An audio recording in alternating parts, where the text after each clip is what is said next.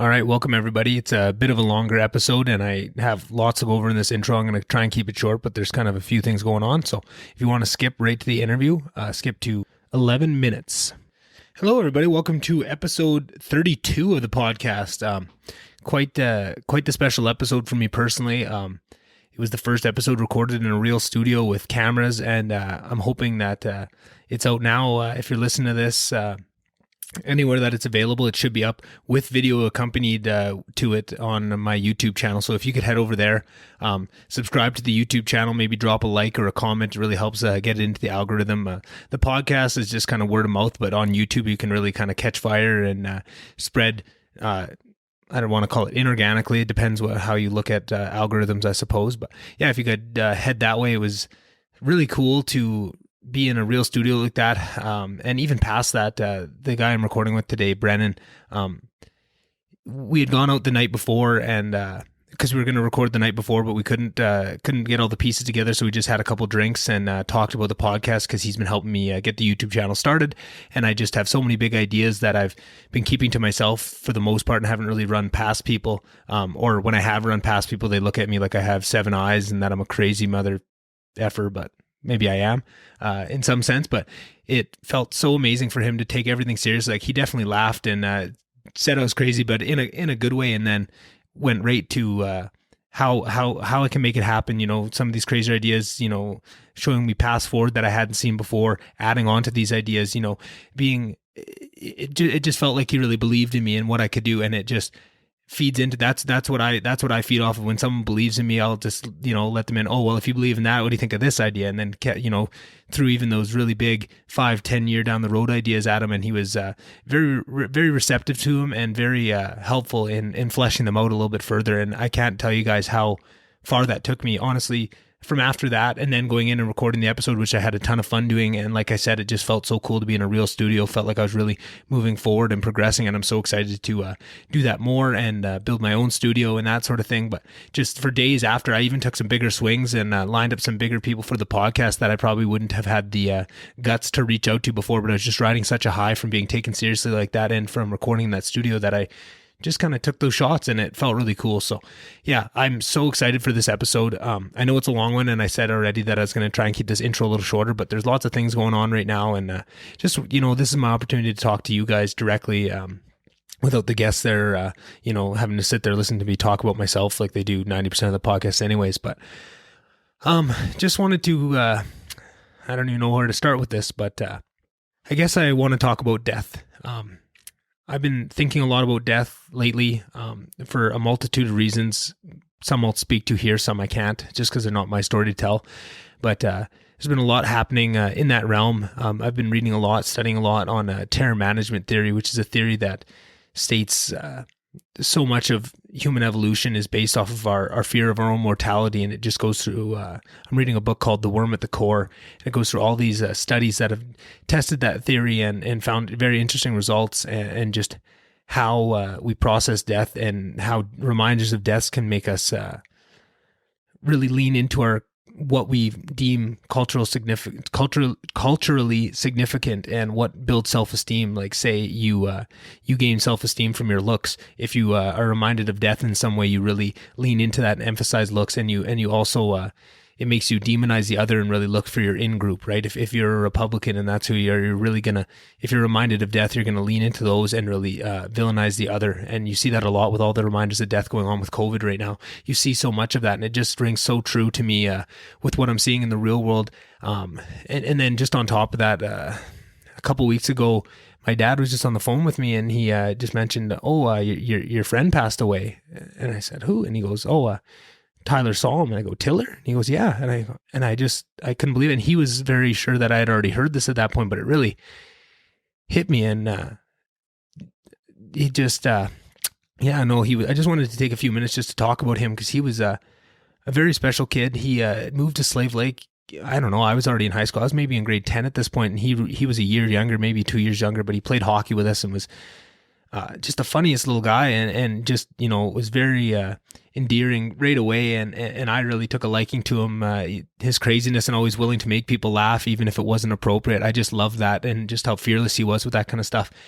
And at one point, he was an amazing guitar player. And at one point, he found out that I played just kind of on my own, just behind the scenes. And he was always so supportive of it. And I would always say like, oh, I'm terrible, I can't play and all this stuff. No, you're great. Like, you got to come jam and stuff. And he was always so supportive with everything I did.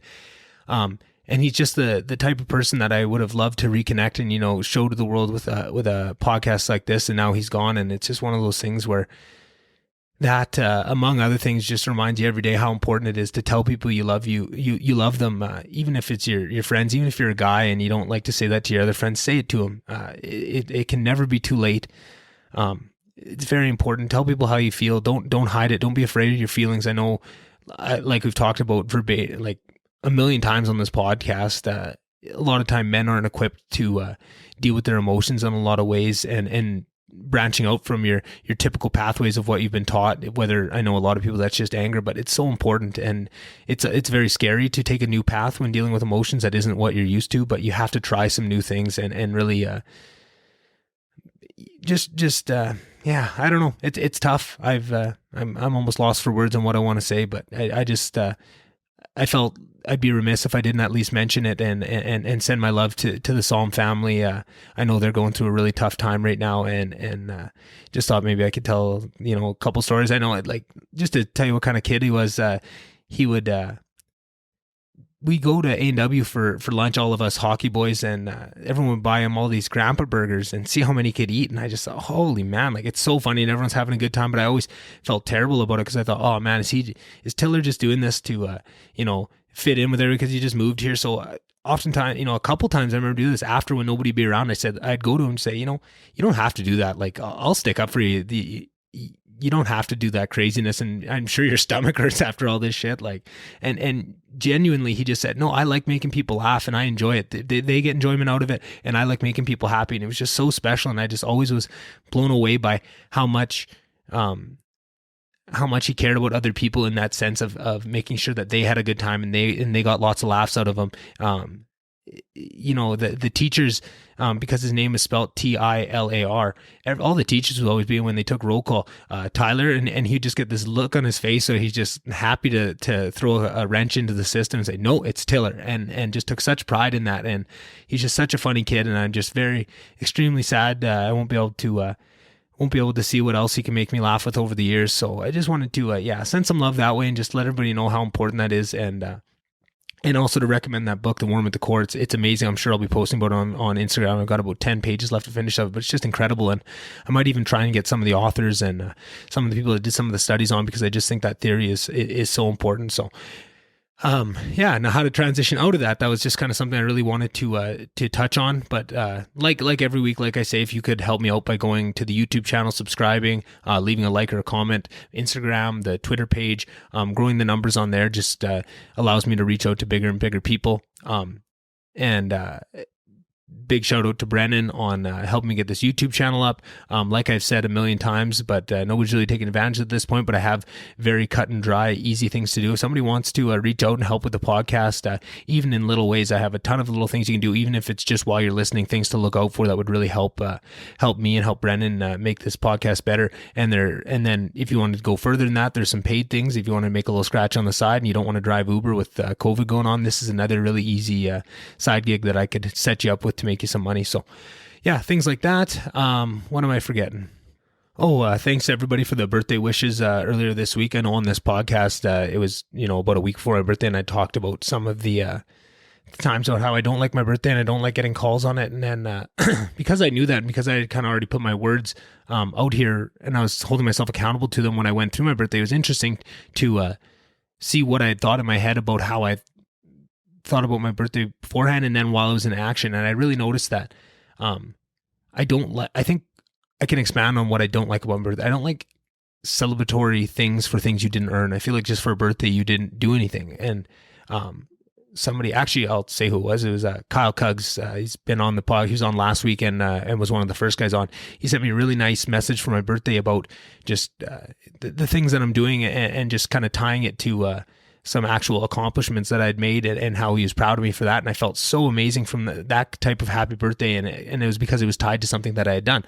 And it made me realize, I don't hate my birthday. I just hate people that are just, it's because society tells them that they have to wish a happy birthday. They're not actually doing anything for it. That's the kind of thing. But then this year, understanding that, I just, was appreciative of all the birthday wishes, but just really took the time to genuinely thank those people that went the extra mile and actually tied it to something like that, because it really, that's fuel that you can use. And I think when people do that and go that extra mile for you, you should reward that and just try and amplify that in the world. If somebody gets a really good response, maybe they'll do it for somebody else that really needs it on that day, right? So, all right, today's guest is Brennan Murphy. I met Brennan in my first year of university. He was an LDL exec, which is that dodgeball league that I've talked about lots on this podcast. A couple of years before I got to Lister, he's maybe 3 or 4 years older than me.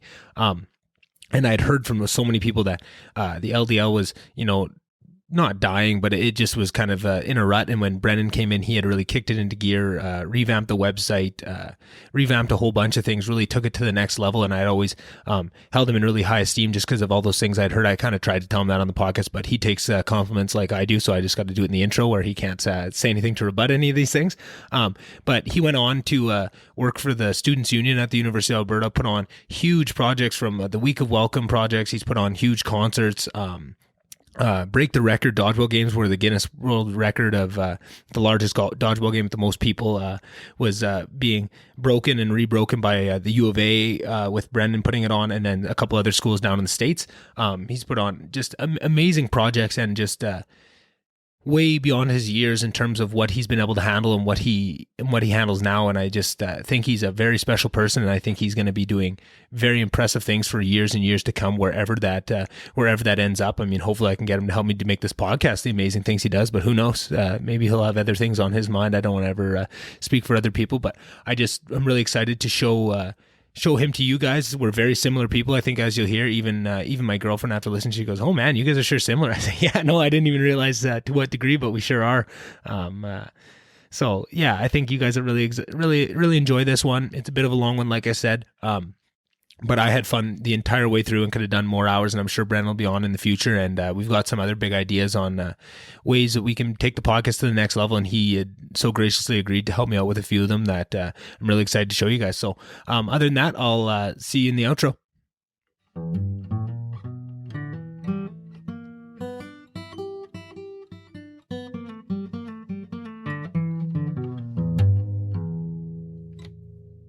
Well, thanks for being here, Brennan. Thanks for setting this up for me and fucking walking me through it, pretty much holding my hand through the whole thing. No worries. All good.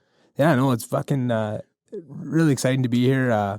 And also, just before we get too far into it, I got to say thank you for all your help getting the YouTube channel up. That's been a huge help. And I kind of mentioned this to you before, but I was definitely kind of feeling like I was in a bit of a rut with the podcast. Like I was still recording episodes and stuff, but it was still the same format, I hadn't really taken any steps forward. So it felt so awesome this week to see like some actual tangible growth in terms of like where I want to take it, because I do have so many big ideas. So that was fucking awesome. And just the extra mile you went with that of breaking down all the YouTube stuff and like putting the breaks between the intros and the outros and that was awesome, man. No, it was good. It was like, honestly, a learning experience for myself. I had to Google so many things. Like I always see like those like chapters and stuff like that on YouTube videos. I'm like, how the hell does that work? It took so long to figure. Well, like, no, it took like half an hour. Right. I was like, yeah, once you get into it, it's pretty quick. Had you started YouTube channels before that? Like I done some stuff in like my day job, but like not like significant. Right. I mean, there's some videos out there like from Break the Record back in the day, and crazy shit like that had like blown up, but nothing crazy. Like consistent. Uh-huh. So that was kind of one of the things I was really excited to talk to you about was Break the Record. Oh crap, shouldn't have brought it up already. Yeah, right off the start. Right off the bat, dodgeball. I mean, I guess that's where our friendship started. Yeah, so. and maybe and I've told this story on the podcast before when I had Bill on, but at the end of first year when I was kind of teetering between doing the dodgeball thing and becoming an exec for that and joining the Students Association, the LHSA, and you and Bill both sat me down with a bunch of LDL swag and a big bucket of beer and really showed me the ropes. And I was just talking to you last night about that, just like how much I learned doing that role and just how different my life could have went if I hadn't done that and hadn't made that choice. It's just such a weird fork that at the time it didn't seem very significant at all, but it really changed that, right? Like, holy man. Oh yeah, I had the exact same thing. Like when I did it, I came to university, I was in engineering in my first year, like I told you, and I did not enjoy it. I was in engineering because every single person in high school was like, you should become an engineer. My parents were like, become an engineer. And I was like, okay. But then like dodgeball, And I mean, sure, it's kind of like at the end of the day, it's a bit of a like ridiculous like sport to take on, but hell, there's all like the organizing that you gotta do, all the logistics, hiring and firing, like managing people, but like managing marketing as well, like procurement and stuff like that. That was my first like big, like. I mean, in my job now, like half the time all I'm doing is procurement. And like, still to this day, the most ridiculous thing I ever ordered was like 1,250 dodgeballs from Sweden because that's what we needed at the time. And like making those phone calls was crazy. Did you become an exec in your second year? Yeah. So I kind of took like the same thing as you. Like first year I was looking at like FC or something like that. And then I was like, no, I actually think me and my roommate in first year flipped a coin for it. Like who was going to apply for FC, who was going to apply for LDL exec. And I mean, I think I won that battle because neither of us got the grades to be an FC because you needed like, I don't know, something brutal, like a 2.3. I'm going to embarrass the hell out of myself. But LDL exec, no one cared. And at that time when you did it, was it pretty common for a second year to do it? Or was it usually something that's I think so. Honestly, I think like the whole like third and fourth year doing it like came after me. Yeah. I mean, well, that being said though, I was with one of the guys I was with, Butters, was must have been in his fourth year, maybe his third year by then. Right. But, so I don't know, probably not unheard of. Right, but it kind of definitely took off later on. Yeah, it seemed like it was not something. And even when I did it, when I first got into it, that was my thing. When you guys sat me down, I said like, I definitely want to do it, but I'm going to do it in my third year or fourth year. Like I got to build up to it. I can't do that in my second year. I don't know what I'm doing, right? And it's funny because so much of like what I've done since then is just like, I can't do that. I don't know what I'm doing, but I'll try and figure it out. And then you find you're way more capable than you think you are, right? Once you get thrown to the wolves or thrown into the shark tank. Man, I think everyone just gets thrown in and it's like, I can't do that. I don't know what I'm doing. And it's like, I don't know. We've talked about this before, like one-on-one, but like university, I mean, it's not preparing you for any of the like day-to-day things you need to do in your job. It's just like a lot of background skills that you don't even realize. But like, and how much of it comes down to little things like the first thing you mentioned with what you learned from the LDL was managing people, right? Like whatever job you are, that is 90% of what the job is. If you get to a certain level, it's managing people and the interpersonal disputes and the cattiness and that stuff of just human nature. You have to know how to handle that stuff. And that's what's much harder than the actual day-to-day grind of what the work needs to be done. It's all those things that come in. And that's what you learn. And that's what it's hard to teach.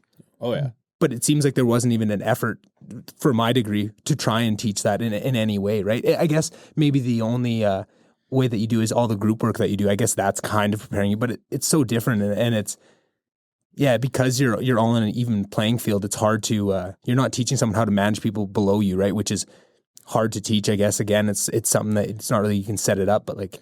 Oh, for sure. I mean, I saw a presentation, I can't remember who said it, but it was something like, it was by some HR professional, and they said, like, honestly, if you're a manager managing, like, more than just one, like, direct report, 70% of your day, like, it becomes literally just, like, dealing.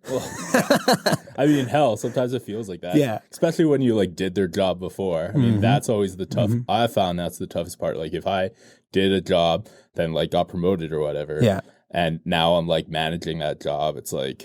Whew. Yeah, you can't bullshit the workload, right? Yeah, well, plus you're also just like, could I do that better? Like maybe, but also you got to just like let people do their things because you got to do your own stuff. Yeah, especially if you have more staff. If you're micromanaging somebody, that means that other staff are getting left behind. Exactly. Plus, like the staff member you're micromanaging isn't learning or like doing good, but it's hard to get out of because it's also, I think what you said too, like.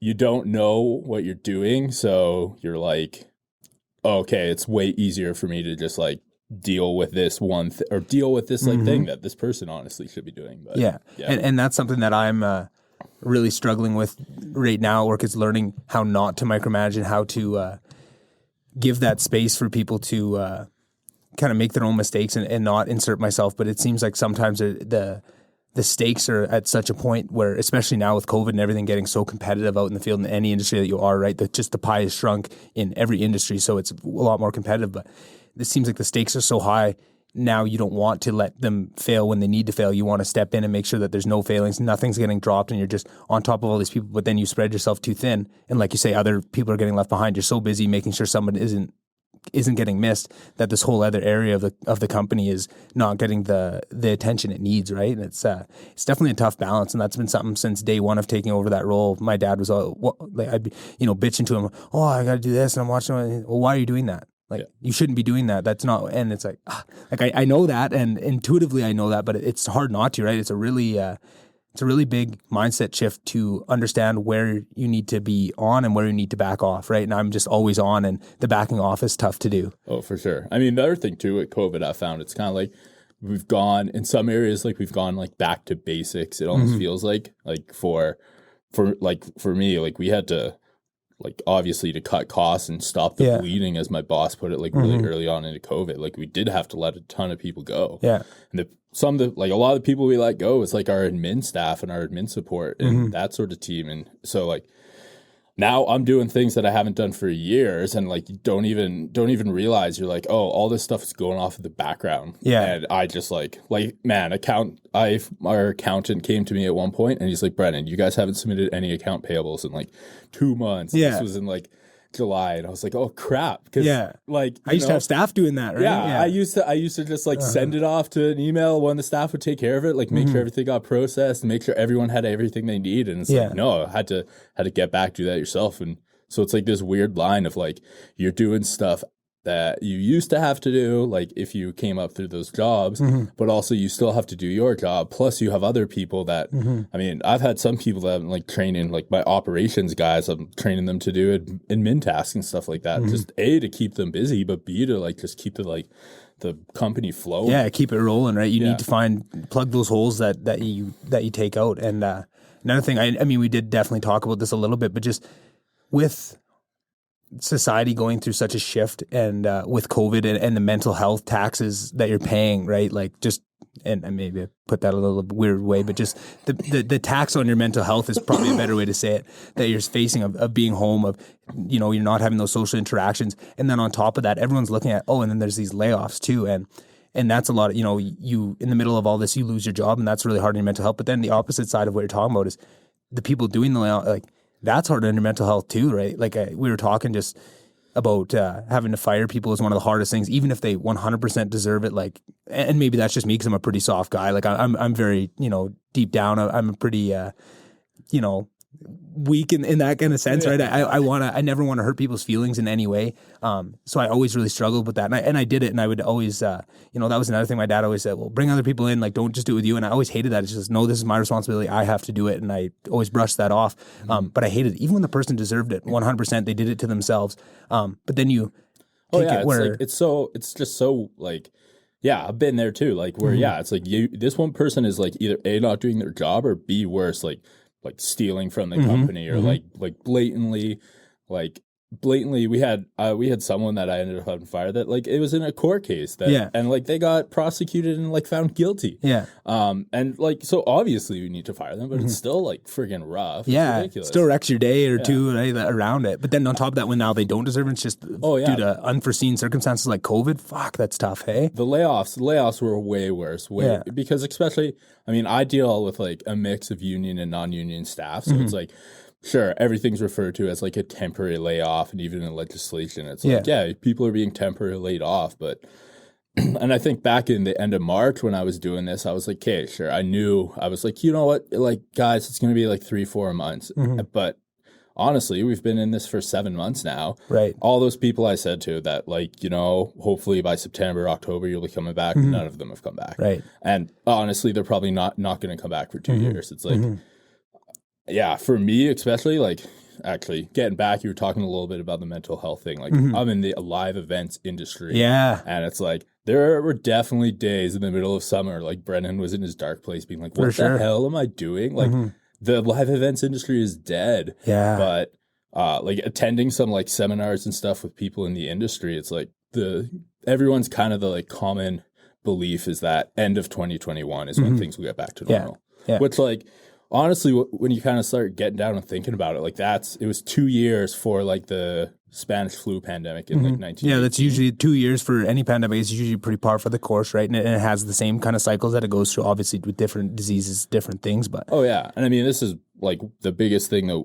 probably anyone's seen in their lifetime. I mean, people that are 102 years old, I guess, would have lived through the Spanish flu pandemic. But like, yeah, it's there is definitely a lot of belief, I think, and I definitely believed in myself in March that this would be over by September. But now it's like there's no way, and I'm just like looking forward to end of 2021 by now. Yeah. So, and I think so many people are, and I think that's the tough thing about. I think you're not alone in that. I think so many people thought that, oh, this is gonna be over in a couple months, and I think that was one of the big reasons why everyone was so, because that was something right when we started and everybody did lockdown, there was so much uncertainty surrounding it, right? Yeah. I felt a lot different about this about, 4 to 8 weeks after, once I really dug into it, looked up research and did independent inquiry into what it was. But I was really filled up with hope with how much people jumped to the pump and, lockdown, and we're all doing this, we're in this together. And there was a lot of camaraderie for that week to 2 week period, right? And it was just like, oh, this is amazing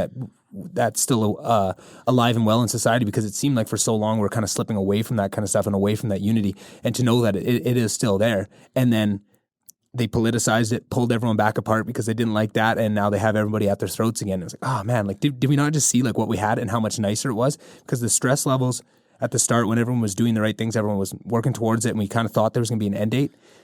That wears away once those dates that were kind of out there in your head start to be come and gone, right? Oh, well, by March it's supposed to be, by September it's supposed to be good. November, now we're in there. Well, even at the end of like August, I mean, I saw online a lot, there was still like people, like I think it was at the end of August, there was like posts starting to go out like on the internet, memes and stuff like that. Yeah. There was like, listen, folks, like the end of 2020 is not going to be the end of pandemic. Like January 1 is not going to be like, oh, the world goes back to normal. Yeah. But it does make me wonder, like when we were going into the first lockdown, when it was like at the middle of March, like kind of third week of March, when it was like, hey, everything is shut down. And they were talking about like all the modeling the government's doing, how long this would take. Yeah. I kind of got to believe that there were like a lot of public health officials that was like, this is going to be a 2-year thing. But we can't talk about that because like people would have been so depressed. It's like, oh crap, the next 2 years of my life and like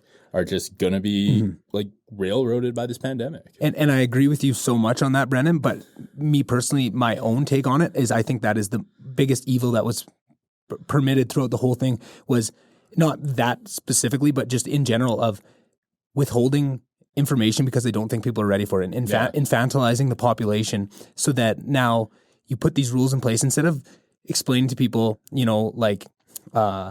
air volumes and air density in different rooms and stuff. They just say 6 feet, right? And then people go, well, 6 feet, and then you can poke all these holes because it seems kind of arbitrary, because it is. But 6 feet is not the actual rule they're trying to put in place. They're trying to show you like you need to keep distance because you don't need to be in an enclosed space with people talking, the air quality, right? There's a certain amount of like part per million of the virus that gets into the air. If there's not, right, and talking about circulation, I feel like if they would have done that from the start, of just educate people on the actual, maybe we'll have to dumb it down, but we're going to try, right? And I feel like that's also an issue with the education system, is we go right down to the easiest way to teach everybody, right? Because we have big classrooms, right? We're not going to try and teach you the high level way of understanding. That's probably right. We're going to teach you these basic ways. And then if you want to take it on yourself to learn more and take these things past that, like I'm trying to think of a good example in like the sciences or something, right? Like the way they teach you, the circulatory system, just for example, right? Like they're not actually teaching you the real high levels of how it works. They're giving you the basics that might even be a little bit wrong, but that's on you if you want to go to university and learn more on that. But I think we should be starting from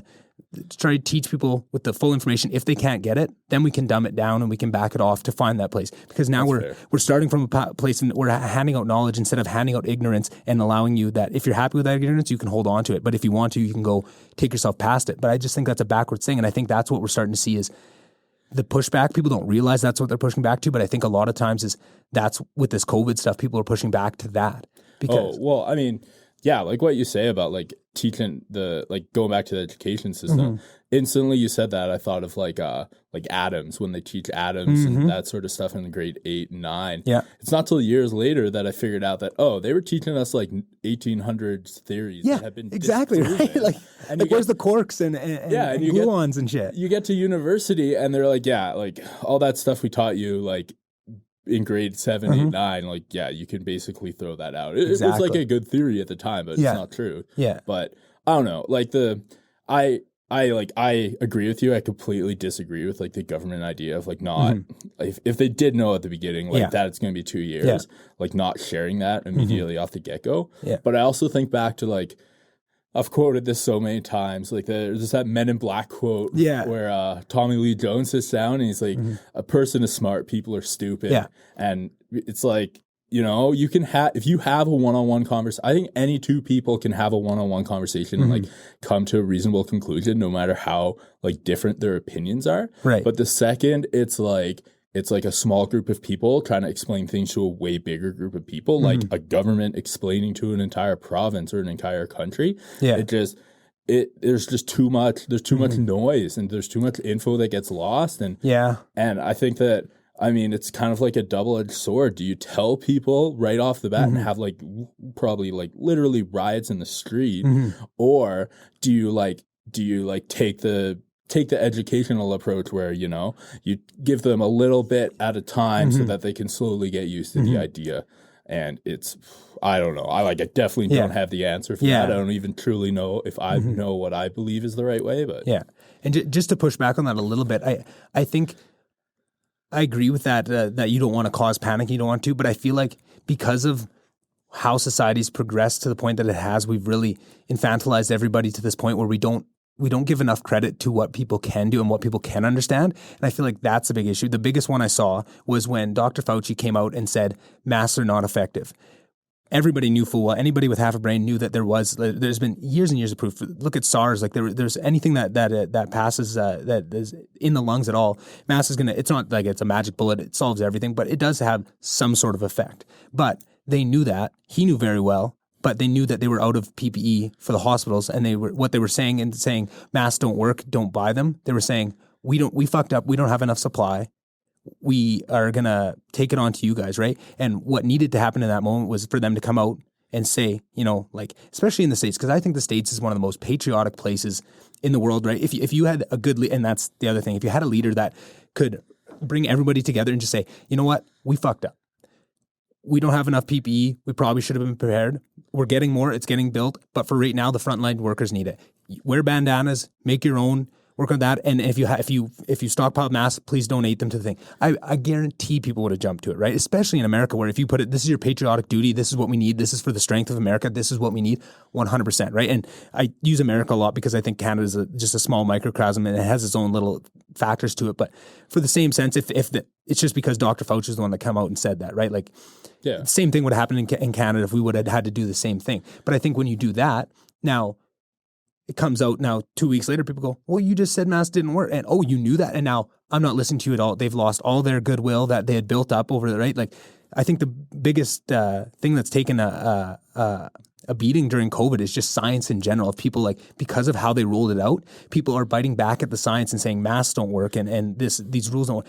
No, it was because they didn't explain them right. Like the actual science behind what these rules are in place for, right? Like if you use the social distancing, like 6 feet is arbitrary. People are like, oh, why is 6 feet? Like they'll come up with these stupid whataboutisms that, oh, well, in this case, they're at 6. It's because you're outside or something, right? Or there's air volume, or you have lots of circulation. But because you didn't explain what the actual underlying reasoning behind that 6 foot rule is, now people can just attack it and say it's not and kind of write it off as if it's someone that doesn't actually know what they're talking about, or in a worst case, oh, this is some conspiracy theory and I'm just going to write it off completely, right? But you see a lot of that. Well, I mean, yeah, I agree. I think, although like you mentioned, like the education system is like kind of to blame. I also think it takes people time to learn something. Yeah. And so even if you come out and tell them and give them all the explanation, they're not going to be able to learn it overnight. Like anyone, if they dedicate their mind to it, can learn anything. But it's like, it will always take you time. Right. And everyone learns at a different rate. Everyone learns at a different rate. But also, I mean, I remember one of the last classes I took in university was like, it was a history class, but it was like the history of science and technology or something like that. And one of the biggest things that I took away from that class was that like North America has like devalued science in its education system. And you have places like, honestly, like China, Russia, Europe, like they, the places where you already saw a lot of mask use, especially like the Asian countries, like people were wearing masks and they already knew about this, but their education system is so focused on like math and science. Whereas in North America, it's like it's really become more about like the social sciences and that sort of stuff, and that's why, like, honestly, like we're not as advanced as some of these countries. We're falling behind on the world stage because of that, and it's very clear from the outside in, and that's what gets me. And this, unfortunately falls down a conspiracy theory hole, but I don't think it should. I think this is actually, I think there's some real data out there that shows this, but I think there's so much of outside influences of those countries that are eating our lunch because of those reasons. They are propping up those social sciences and really pushing that, because that devalues the thing. If you devalue science and value the social sciences, that just weakens you and allows other countries to progress past you, right? But now you look at something like social media where there's no barrier to entry. Doesn't mean you can't go on there and spread whatever you want. It's very unfortunate that nobody sees that. Well, and yeah, it's like, and I'm not like saying that like I mean, I say North America, but like honestly, kind of like you said, we're talking a little bit talking about the U.S. just because they are so much bigger than Canada. Like, and it's not like there's not a ton of smart people. Probably some of the smartest people in the world live in the States and in North America. It's just that like the gap is so much bigger. The gap between the smartest people and the to put it kindly, like the people that aren't as smart is way bigger than it is in some of these other countries. And yeah, these other countries have like very poor places and very like people who are like disenfranchised from society. But I think on average, they have like their level, the citizen level of intelligence in science and math is greater. Right. And I think that kind of goes back to what I said earlier, Brennan, about instead of trying to hand out knowledge, we're handing out ignorance and allowing you to build on that if you want to. But that's the difference. Now, if the basic level of what we're giving out to everyone, like you say, like the stuff on atoms, it's not actually right, but it's good enough to get by. It's the lowest common denominator of what we need to get you out into the world and get you functioning, right? Yep. And I feel like that is what's so different. That's what creates, if you have the resources and you have the intelligence, and you have the drive to learn more, there's still a very high ceiling in these countries because there is resources, there are people you can find, if you do the work. Also, I think with the advent of the internet, if you have that drive and you have the intellect, there's knowledge to be had. That's my thought on just more so, and I think podcast is what opened my eyes to this, was when I graduated, I had 4 years degree. I've said this a million times on the podcast, I learned more running the LDL than I did in university, other than like maybe a couple of the Excel classes I really learned some stuff from, like a couple classes that prof that I told you about yesterday that did that energy markets class. I can't remember her name and it bugs the hell out of me, but a couple classes I learned. But then I graduated, I was into the workforce and I started listening to podcasts, and my learning curve just shot up exponentially. I find all these people and all this knowledge out there in long form that was interesting. And what I struggled with so much in school, if it wasn't interesting, I just could not bring myself to learn. I would force myself, but it'd be in one ear, out the other. I could learn it enough to pass a test on it, but it wasn't actually sticking with me. But then it's actual, like, really intelligent people that are really charismatic and really want to teach, like true teachers of what, like the word teacher, I feel like is bandied about so much, but when you actually go down to the core of what a teacher should be and what we should expect out of them, I feel like that's what they're finding their home in terms of like podcasts or YouTube videos, right? There's so many guys like Adam Savage from Mythbusters. Yeah. He's got his YouTube channel and he does just like build his YouTube channel's unreal. It's amazing, right? And I learned so much about, like, I'm not a real hands-on guy, but I would have loved that. I just never really learned when I was younger, so I don't have a wood shop or something, but eventually down the road I want to. But I learned so much from him, and he is an example of a teacher, right? Of what a real teacher is, and you can tell in his words and in his energy that he's so excited about bringing people more knowledge and helping, like I always talk about putting my hand back, right? Of like bringing people along with you. He's exactly what that is, but he's found his home on YouTube, right? Like he went down. So many people like YouTube, the ability to like learn stuff off YouTube, like it's completely changed. I like even talking to my dad, he's like, and growing up, like we were not very like hands-on people. Like, I mean, my dad had a screwdriver and a hammer and like the classic red toolbox and like a mixed match of everything. But even like nowadays, my dad will call me up and he'll be like, "Hey, I gotta fix something," and just like, you know what? Like, just, man, like, find a YouTube video about it. And that's what he does now. I mean, hell, last summer, I built this, like, ridiculously too big deck. Oh, yeah. That I spent way too much time on, way too much money. Well, arguable. Well, I like it. Oh, man, I freaking love it. But, like, I honestly, I did not have the skills from growing up to do all that woodworking. And, like, had some people, like my uncle especially, and, like, sister's boyfriend, my roommate who like helped out, but like learned everything about building the deck from YouTube. And like everything that I needed to do, and like you just like the channels by, Home Depot or like the other big one is oh, the home, like this old house or something like that. And yeah, like all this stuff. But not like going back to what you were talking about university. I will like, I mean, yeah, I don't think that university builds a lot of like, I don't know, hard skills might be the right word. I know what you're saying with that. To get, like to get you in the workplace outside of stuff like Excel. Man, there's some business courses in MIS that like it just Excel on like crack. Yeah. But I do think that university builds like this soft skill of like the ability to learn. And the other big one for me is like the ability to like succinctly explain yourself. For sure. For sure. I've mentioned to you the other day, like I've had some people who work for me, like honestly, like experts in like communicating with others, like one-on-one or like in person or like running a show, like live event sort of things. But they just like couldn't write and they just couldn't explain themselves in an email. And, you know, we'd put together contracts and like their appendices on contracts would be 3 pages long when a half a page would have done if you could have just like succinctly explain yourself. Yeah. And I did find the thing that all those people had in common was they didn't have a university degree. Right. And I'm not saying like you obviously can make it without a university degree. Like especially like people on YouTube have shown that you don't need to be successful. You do not need a university degree. You just need passion. Oh, you just need passion. But I mean, yeah, the university degree, like showing you how to learn things. I mean, even you saying like learning about things that you don't like and there's so many classes. Force like you to grind and forcing you to grind and forcing you to learn these things. For sure. And even though you might not remember like the topics or the like concepts that you learned, you learned how to learn. Exactly. So and I see a lot of the same thing too, because like I don't think that degrees are useless. I just, after getting one myself, my mindset of what a degree is changed so much. Because before I went to university, I thought like, oh, if you have a degree in something, that means you're an expert in that. And like I would always look for that. But then once I graduated, like when I look at resumes and I see a degree, oh, that doesn't tell me that they're an expert in whatever that says. It means, oh, that can tell me they can meet a deadline, they can grind, right? They've worked in group projects. There's certain things that the undergrad degree on a resume is a checkbox. It's like exactly like you said. It's like it's the ability to do something. If you want to like become an expert in a field from like a university and education, it's like you're talking about like a master's or a doctorate. 100%. Like that's where you really get into like concepts and figuring out whatever field you want to be in. But yeah.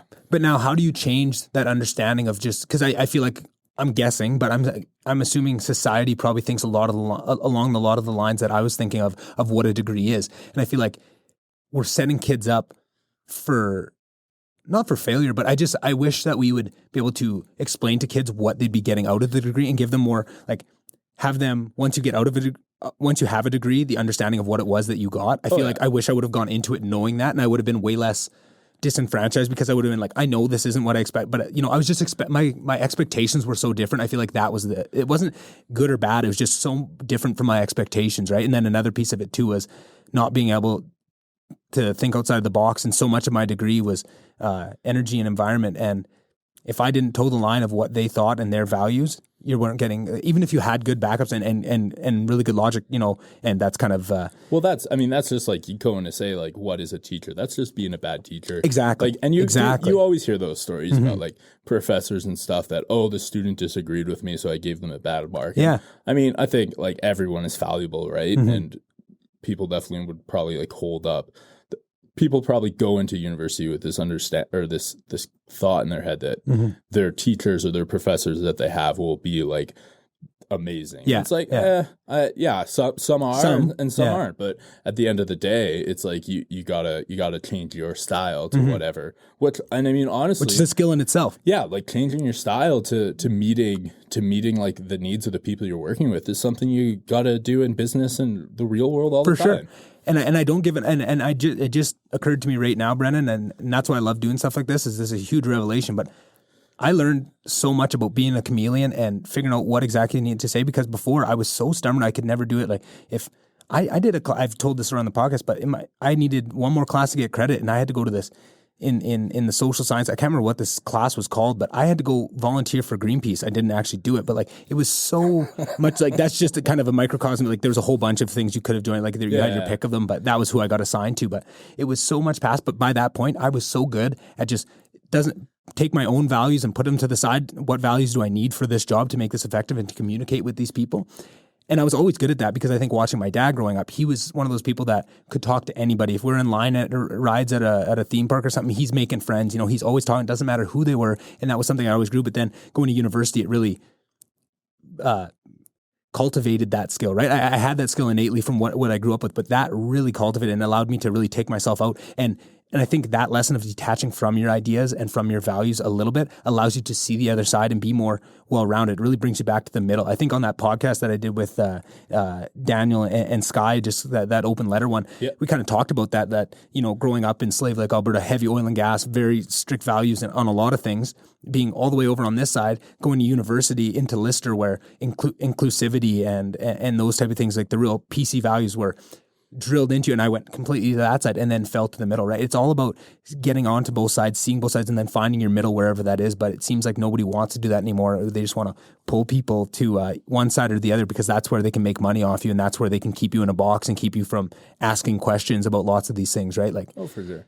I mean, and like kind of going back to your point about like how do we, I have no idea how you like change society to like what is a get out of a university degree. But I mean, I think it even takes a few years after you leave university to like learn that. I mean, I'm sure you've been there. Like, how many people have I interviewed over the years who like they come out, they got their business degree in marketing, and they're like, okay, I'm hot shit. Like, hire me. I know exactly what you're doing. Yeah. And it's like, yeah, you know what? You got some pretty good stuff. Like, here's $40,000. Here's an offer for $40,000, and they're like, man, I got a business degree in marketing. I deserve at least $85,000. And it's like, no, you don't know anything. You've never worked in an office before. 100%. Like, the amount of stuff you learn in your first 9 months in an office is just crazy. From like, hell, how to use a goddamn photocopier or a fax machine to like how to make a phone call. And all the interpersonal stuff too. Like, on top of that, if you haven't had years and years of working in an office and working, there's going to be, you know, dumb people around. There's always going to be dumb people, and you have to deal with it. And it's something that was something I struggled with even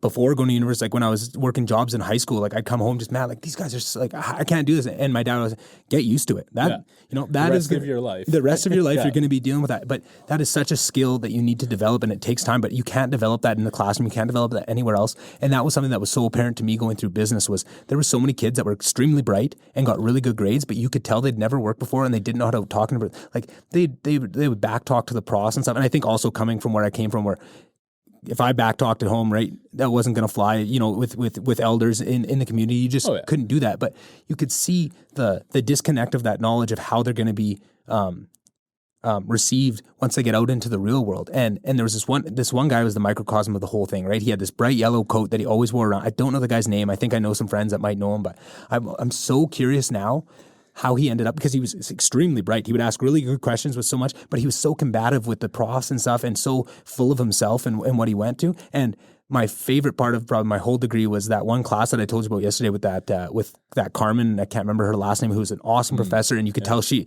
had just come in on a whim just to cover this class for that, because the other prof was busy creating the carbon tax for the NDP party. They put together a board to come up with the numbers and the logistics of it. So for that course, and she would try and do that shit with her, and she would shut him down and tell him, you know, fuck you, you know. And it was so, I was just sitting in my seat giggling like a little schoolgirl because nobody had said nothing to him. And I don't want to create problems. I just was annoyed that he would do it to other people. I never said nothing to him, and it wasn't my place, and I didn't really care all that much. But it was just like, man, like, you're not going to get away with this forever. And to see it actually happen in real time of her, like a couple of times she'd be like, do you want to come up and teach a class then? Yeah. Like, And I think everyone's like experienced that in university. And it's like, there definitely is. I think there's an imaginary line between like kids who come to university and have never worked before and kids who do. And I mean, it's it's sometimes, but you gotta learn that lesson somewhere, right? And so, hopefully he learned that lesson and he's better for it. Hopefully, that's probably something that he can say, like, this is what I got out of my university degree. Is I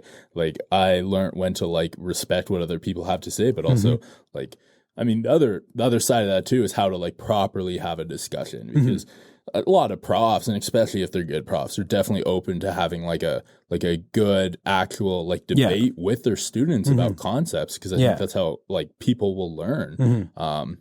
But I mean, both sides have to be respectful, right? For sure, and that's exactly what it was. And it wasn't that he was doing anything wrong. It was just about how he's approaching it, right? If he would ask those same questions with a little bit more compassion, a little bit more understanding of both sides, and understand that other people have stuff to add, he probably would have asked those questions, and the prof would be really excited that he was asked, instead of being turned off that this kid's just in front of a class of, or a big lecture of 300 students, he's taking the whole thing down to have a pissing match with the prof, right? If he would have done that in a more constructive way, probably would have developed into a good discussion, and everybody could have learned something, right? And I think that's what pissed me off, was like, I can see what's going on here. This is a dick measuring contest. You're not actually trying to learn nothing. I'm just sitting here trying to I was going to say I'm trying to learn, but that'd be a pretty bold thing to say with how I went through university, but like, you know what I mean? And you're trying to get the test done. Yeah, exactly. I was trying to get through so I could get back to Lister and start drinking with everybody. Oh, hell. Yeah. Get to Dukes. Yeah. And just to return back to something, because I think this is, I'm a broken record on this, but talking about having YouTube be such a vector for people to learn and not even learn, but just to be capable, right? Like, it's not like you are collecting knowledge. Obviously, if you build a deck using YouTube and you've never done it, you're going to learn some skills through that. But just to have the ability to be capable at any time.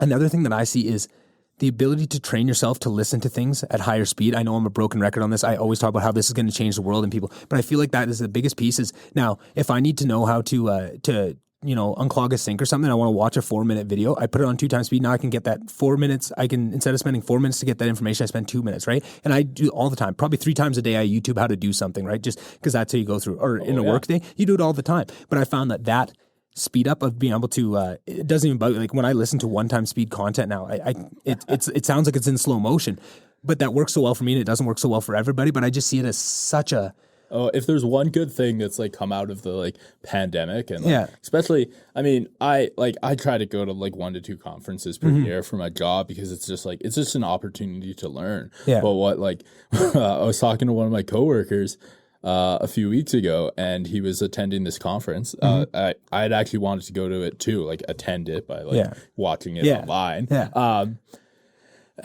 But I was too busy, and it was a week long, and so he was in his office, like door closed, and on Wednesday his door was back open again, and he wasn't watching any of the seminars, and I was like, yo, like, I thought you were at that thing, or you were at that thing all week. Virtually at it.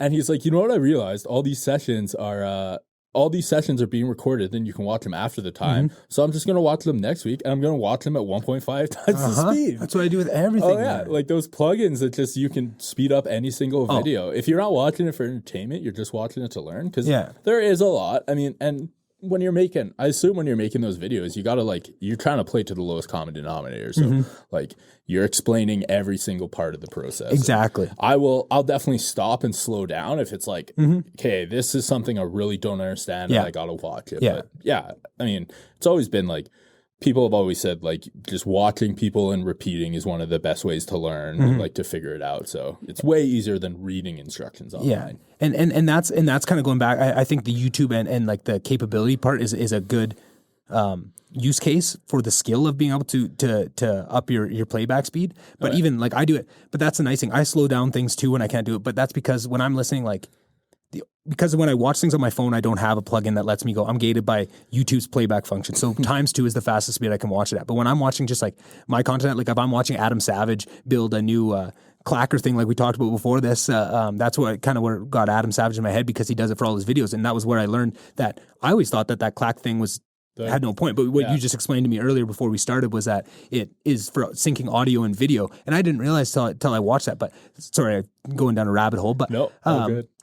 When I watch his content, I'm watching on 3 times speed because I have those plugins, so I can speed it up to 10 times speed if I wanted to. But if it's something complex or I really need to watch it, then I'll back it down 2.5 or 2. Or sometimes I'm watching really high level, like Lex Friedman having some MIT artificial intelligence guy on. I'm like, holy shit, even 2 times. I got to go to 1.7 or something on this because it's just too much. Like the jargon is just too much. But you're building those skills and you're finding the cases for it. I just find that... Man, 3 times speed is so... Sorry to cut you off. No, go for it. While you're talking about it, I'm like, damn, you watch videos at 3 times speed? Oh, yeah, all the time. 1.752 is like the max I will do. That's damn. But that's something with getting... What trained me to do that was when I graduated, I was doing some really heavy Excel stuff that was a lot of data entry, and I was losing my mind. So I started listening to podcasts, right? First one I listened to was Nerdist with...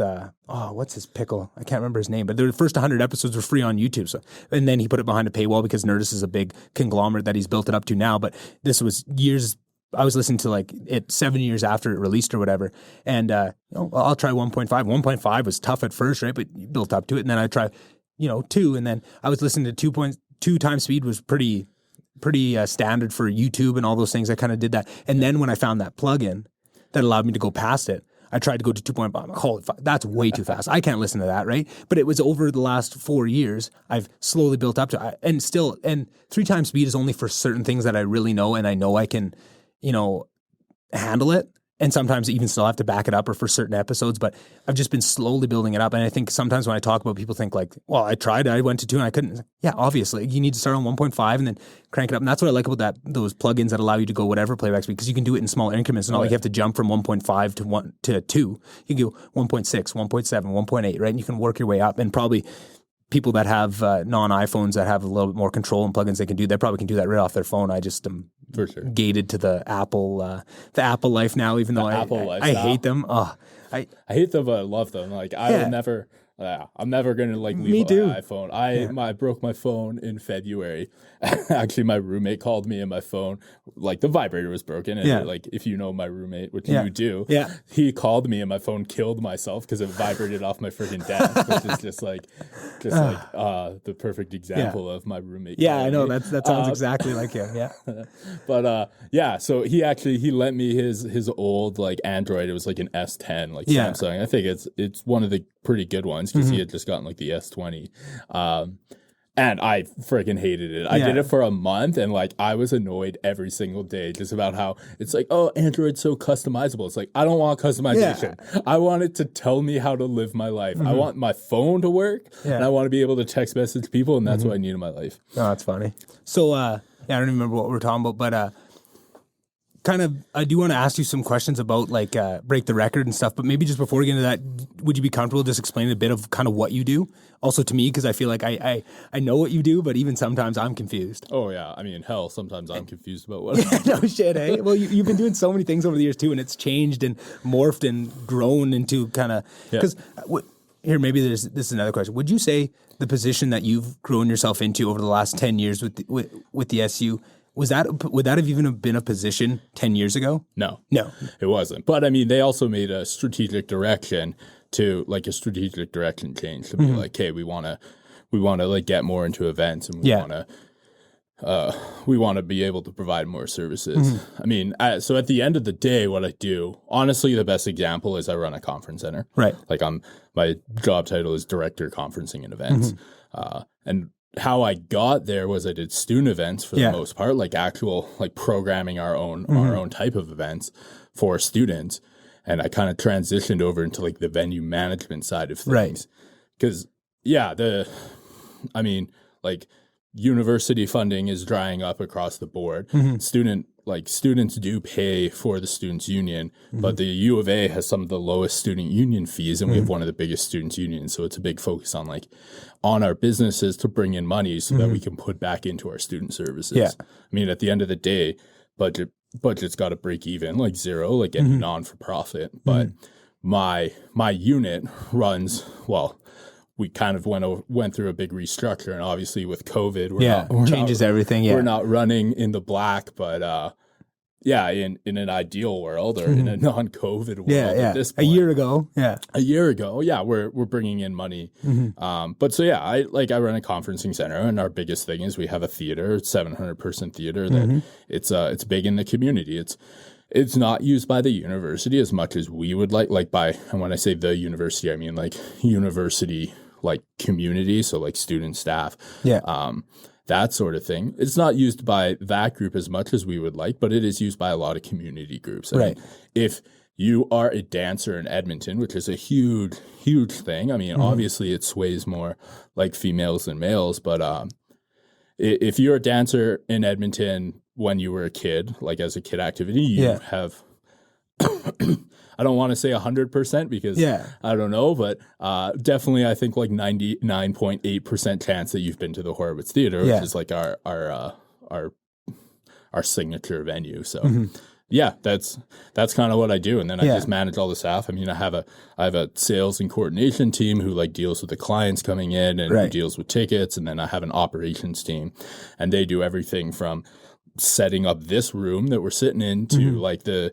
technical parts of running a theater to delivering and making catering orders. And then the kind of, I would say those two things take up 85% of my job nowadays, and the other 15% is providing some leadership to the student events team. Right. And at the end of the day, the student events is really run by the students, but we have, I mean, not including myself, there's 2 full-time staff there who are both like fairly recent graduates, who provide like guidance support, because you can't just throw students into things like break the record with $150,000 budget and like just pray they'll be successful. I mean, they could definitely be, but it's definitely, they're going to be more successful if they have someone that can help them out there with logistics or procurement or stuff like that. So and before, maybe we'll take a little pit stop before we get into some of those bigger events that I definitely want to discuss with you. But just on the topic of the theater, in terms of talent booking, one of the things I'm most jealous of you for is getting to book comics. Yeah.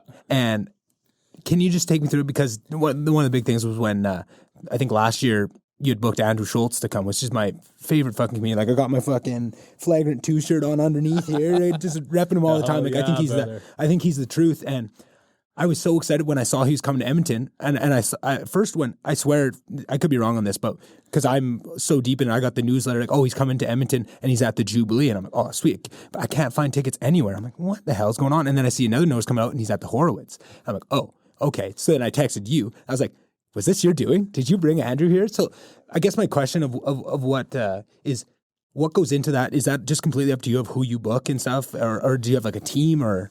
Well, so, I mean, it's actually a little more like complicated than people would expect, like anything is. Yeah, always that. For things like Andrew Schultz, that wasn't actually booked by us. Oh, really? So it was booked by Just for Laughs. Like, they were the promoter. Right. And you have a pretty good relationship with them because you bring in lots of people. Like, you guys had Tom Segura here a couple years ago, no? Yeah. Wow. We had That's a big honestly, name. the biggest one that we've ever had is John Cleese. Yeah. That's so cool. He did 16 shows here on his like, I think the tour name was something along the lines of like The Last Show Before I Die. The Last Dance. Yeah.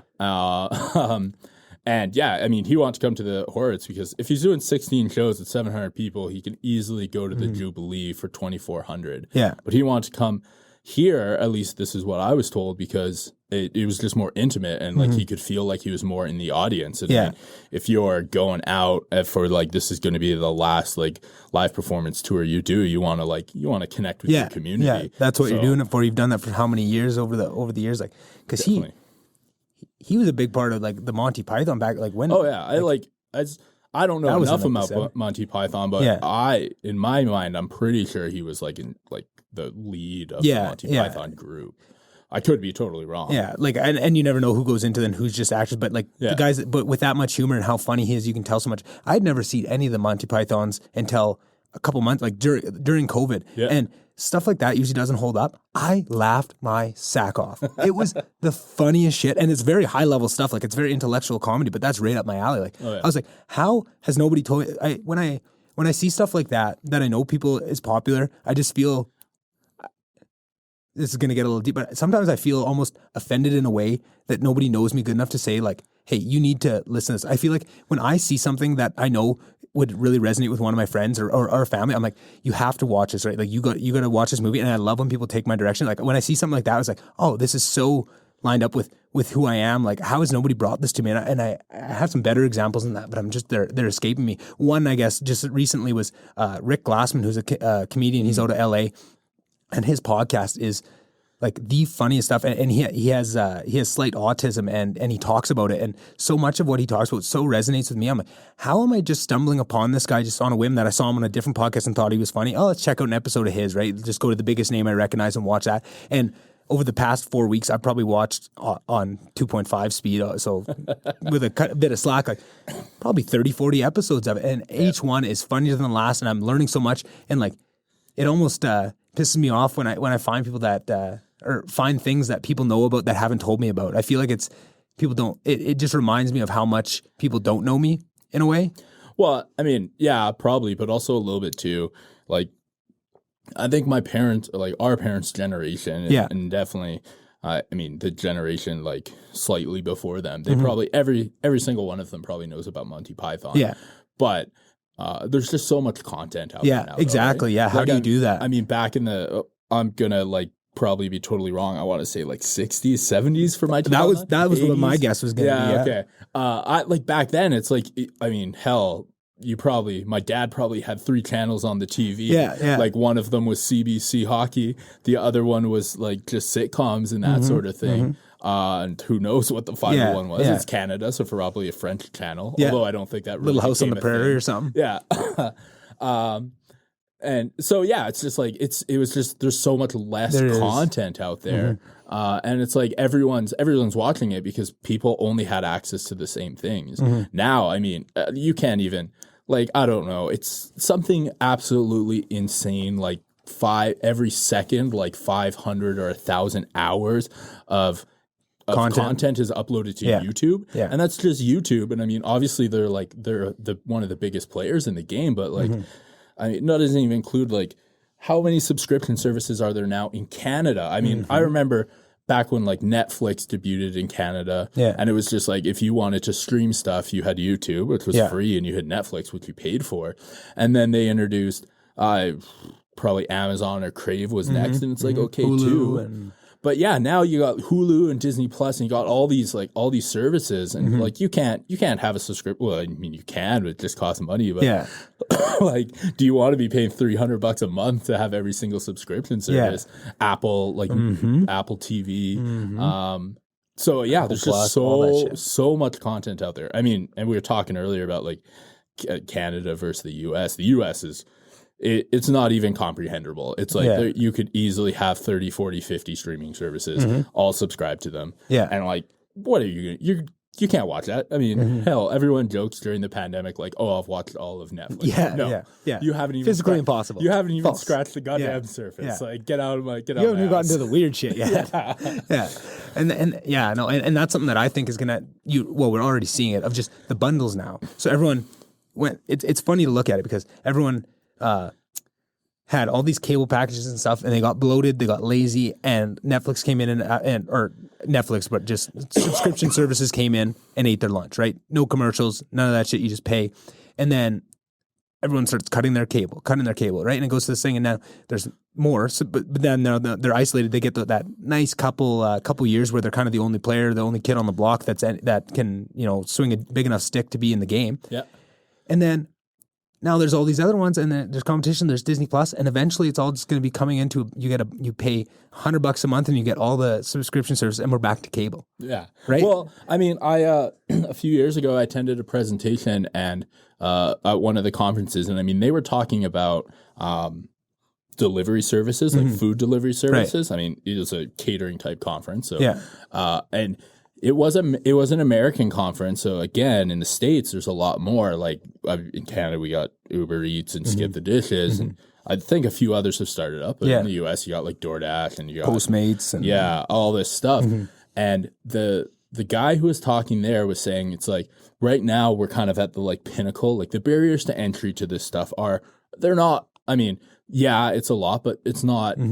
You can do it out of your home. You can easily start something. And I mean, the amount of like VC funding that's out there now for this sort of stuff. Everyone wants to get in the game. So you can get funding, then you can hire people, and then you can build an app and you're off to the races. And so he said like right now we're probably we're reaching the peak of like how many services there will be. Because the other thing people don't realize, like, I'm pretty sure, I could be wrong, but I'm pretty sure Uber is not profitable. Like, at the end of the day, they are not breaking even. They are losing money, but people are just dumping so much money into them, it doesn't matter. And their valuation just keeps rising and rising, so they can reach into that equity and keep funding themselves just based off of that, right? And it's just like they got to get so big, but now there's all this competition in the game, but they're all in the same place. No one is making. At the end of the day, like people are making money, like individual people, like CEOs and executives and staff are all getting money, but the company as a whole is not profitable. Yeah. So. The companies are going to start collapsing in on themselves, is what he said. Like people are going to buy people up so that they can make enough market share for themselves. And I mean, it's a I don't know, 10, 15, 20-year investment by some of these companies. They're not looking to like get in, make a buck and get out right away. I mean, some people definitely but are. you can do that with some stock, right? Like you're set up so that you triple your valuation, and in 2 years you sell off a piece of your stock. You're still in a very good place, and you still haven't completely divested, but you just made a huge chunk of change to make that all worth it, right? Like and that's the personal. That's like the person is making money, right? But it's like the company. The company is not going to go. But so at some point they're going to start collapsing it on themselves. And I think that model for the delivery service applies to the subscription model as well for like media. It's people like you said, people don't want. I mean, I remember.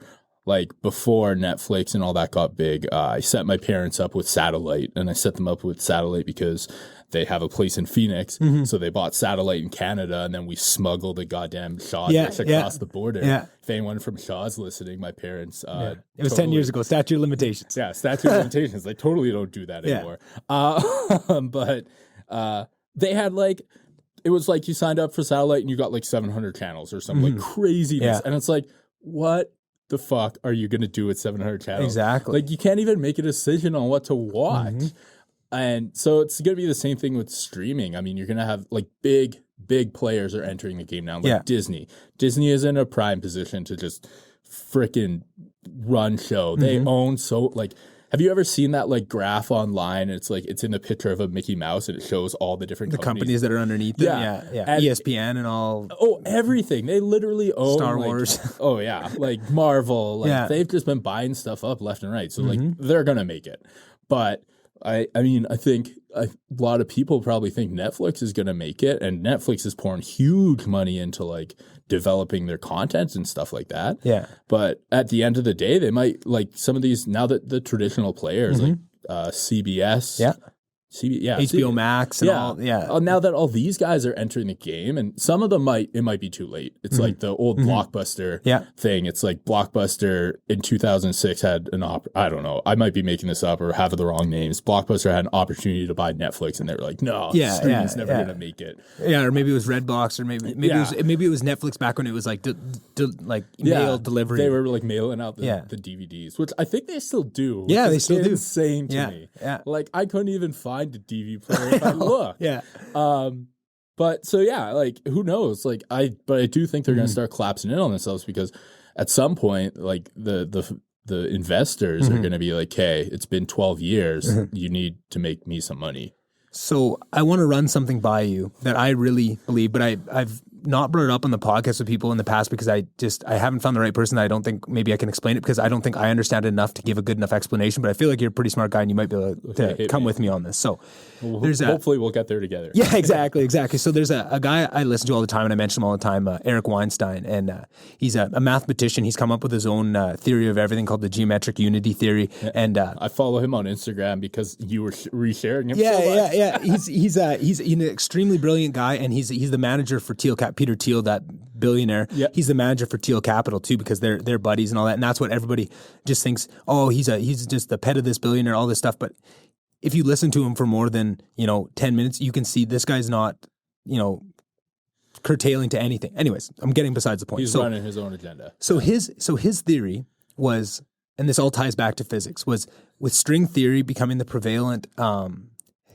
And I'm going to butcher this because I don't have the actual knowledge, but with string theory becoming the prevalent physics domain, and everybody that wanted to get into it had to go into string theory, and that was what's going to solve all these problems, that it completely cut out all the people looking for other areas and different ways of bringing us to the next step, of finding that next wave of innovation, right? And since that, from a time around the 70s, we hit a point where we weren't innovating on the same level. Like the way he explains it is that for hundreds of years, the pie was growing because we're just our heuristics to look. We're building better microscopes that allowed us to see more. We weren't actually we're gaining more knowledge just by having better tools to see. We could see farther into space. We could see farther into all these metrics. Right, just our tools were getting better, but we've kind of hit that cap on it. Right, and then we built the CERN super collider, all these things. But that pie was always growing, and then it hit a point where things kind of stopped. And everyone's just going into string theory, but no new. We've proven stuff that was already supposed to be proven over even just recently, but no new discoveries have been made in deep level physics for 40 years, and that stagnated the economy, because that was what the real moving force, the real innovation behind everything, right? Like when you look at NASA and all the innovations that have come from there, it's that or war is where you see real innovation, right? Yeah. And which is unfortunate, but that's just kind of the way it is. But the after World War II, like the space race is what, I want to say like rejuvenated the North American economy, but like the world economy in a sense when you expand it past the first principles of it. Yeah. Oh, definitely. But okay. Yeah. So then this pie is not growing, but they're faking innovation and all this. And just what I'm hearing you say about that is I think it's a microcosm of it too, because now Blockbuster refused to innovate, refused to do anything. They just status quo'd it. The pie, they got left behind with it, and it eventually crumbled. And that's same with all these ones that are getting to that point. There's so much of profit without innovation and actual change. Like when you're just trying to, everybody thinks, and everyone poo-poos that theory because they think, oh well, look at our GDP growth. Like things have been growing, like but it's not people making more money. The median income and the median salary for people hasn't changed much over that 40-year period. But not at all. Very, very rich people have, right? And they've grown, and that sure, Canada's GDP has grown, but the average income hasn't changed, and inflation has matched whatever income gains that we have had. But there's people that have made a lot of money that were already in place for it. And he's saying that that's the game that's keeping everybody from asking those questions because they don't want to realize that this whole thing is a sham, and that we've been. And he's trying to get people to invest into new theories in physics. And he's saying the same thing as you is we need to ramp up what we're paying these high-level professors, and we have to raise science back up. We need to make it so that scientists are our rock stars. You know what I mean? Like push it towards them. That's what we need to be encouraging, like the Chinas of the world, the Russia, that's what they're doing over there. And that's why they're eating our lunch. And it's such a cool theory that I'd never really thought about before until I said that. But then once you hear it, you start to see it everywhere in all these industries. It's just almost a human nature thing where you start to see it, you get comfortable, you stop innovating, you get to the point and somebody comes in and eats your lunch, right? But there's definitely a period there where you look like fine, right? If you would ask somebody in 2005 how Blockbuster, they're doing great because nobody sees it because it's all the sham and what the show is going on. But when you really go to the first principles of the thing, you can see that they're not actually moving forward. And I think that's so much of just that bloat in everything, in universities, in Hollywood and all that. You just see that bloat because that's how they're growing the pie, because they're not actually innovating. They're not actually growing the pie in real. They're just pretending to. They're bloating it out, right? And that's what's that creates a lot of people don't realize that, but that's a lot of what people are reacting to is the what was that movement before the Black Lives Matter? It was a lot of the same people. It was the one in Wall Street. Yeah, it was what was that one called? The One Percenters. Yeah, the Wall Street, Occupy Wall Street. Occupy Wall Street. Yeah. Thank you. Yeah, shouldn't have taken that long to get. Yeah, I know. I was really struggling with that one. So Occupy Wall Street. That was a reaction to that, right? Like, how is all this money going to these one percenters, right? And it got shut down. They shut that shit down. They had brought in people to create violence. It was very well documented. I mean, again, people are going to say it's conspiracy, but it's very well documented. There's a lot of factual stuff going to that. They were causing violent outbursts at these riots to shut them down. But it shows the fear that they have of people understanding that game is afoot, right? And then, so they shut that down and you didn't see any protests. But that anger and that bubbling uncomfortability with the status quo, people, my friends and some of the people I grew up with in the slave, like they might not be able to point out what is unfair, but they feel that something is they feel the inequity and they react to it. And then they put a label on of whatever somebody wants to come and slap a label. This is what I'm attacking. That's what's causing this feeling I am, right? And they can pit so many people against each other, mask and anti-mask. Let's get them mad about that. They're not mad at mask. They're mad at there's some serious inequities in society that we've built to, but I don't know how to go after that. This is a target. Everybody else is going. I have permission. It's an easier concept for them to grasp. Exactly. Yeah. I have a few thoughts. And I think you're definitely right. I think on the one thing, it's like, yes, like the one percenters are the ones people making more money. Yeah. But it's like, yeah, we're growing our GDP, but we're not. And I have an economics degree, but that was like 7 years ago. So I'm going to probably say some stuff and real economists will be like, no, he's like completely wrong. Yeah. But I at least think that like we also like in the early 2000s, like debt was a lot lower too. Right. So like people are making money, but also society as a whole is in way more debt. Like Alberta was debt free in like 2004. Yeah. With then Ralph Klein sent out the Ralph bucks. Yeah. Which like but come back to me. And like Canada's the same way. Like Canada's debt and has just been constantly increasing. And Exactly. there's no better example of that too than the US, where the US is just like more and more debt. And they're also, I think, kind of going to get into trouble too, because it's like China is just buying up their debt. Exactly. And it's like at some point they're just going to buy out the country. But when did all that debt start to accumulate? I mean, I think, and I could be wrong, but I think it was like, starting around, 2008 was obviously a crash. Yeah, but the debt was already at a crazy amount in 2008, but that was when... but I think it was like late 90s, early 2000s when it's like when it did start. Like the dot-com bubble was probably... that was huge. I don't know. It might...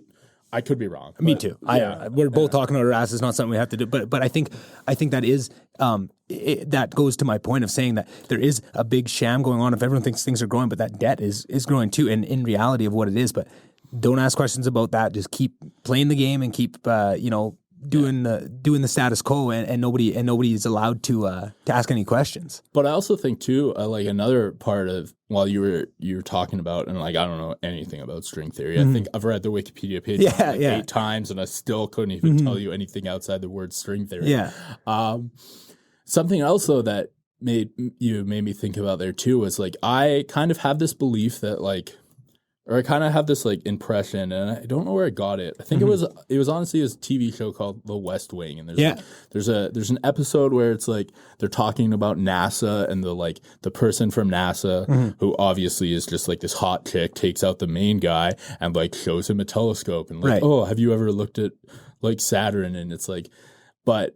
So something that I always thought about because of that is like society, like in the 1969 or whenever they landed on the moon, it's like all of society was driving forward with science, and we were just making these huge like leaps and bounds. But then at some point, probably around the dot-com bubble, or maybe even a little earlier, we just like became so focused on communications, and it's like it was about inventing a better television, and then it was about inventing a better phone, and then like Web 2.0 came along and social media was invented, and just like there's all these innovations right now in like the social media game. Yeah. But those aren't like advancing society at all. Exactly. There's we're doing all these innovations in communications, but we've forgotten about like, I don't know if like true or like hard science is the right word. I'd probably take shit if but I know what you're saying. Yeah. Yeah. But so and I mean comes back to what we were talking about a little earlier too with like our education system. They shifted from focusing on science to focusing on I guess social science and like I don't know, developing people. But I mean, I remember I think we were talking about this last night. I remember when I was in school, like I did a lot of like IB courses with like heads up for the like grade 11s listening to your podcast, all one of them. Yeah. Biggest sham of your goddamn life.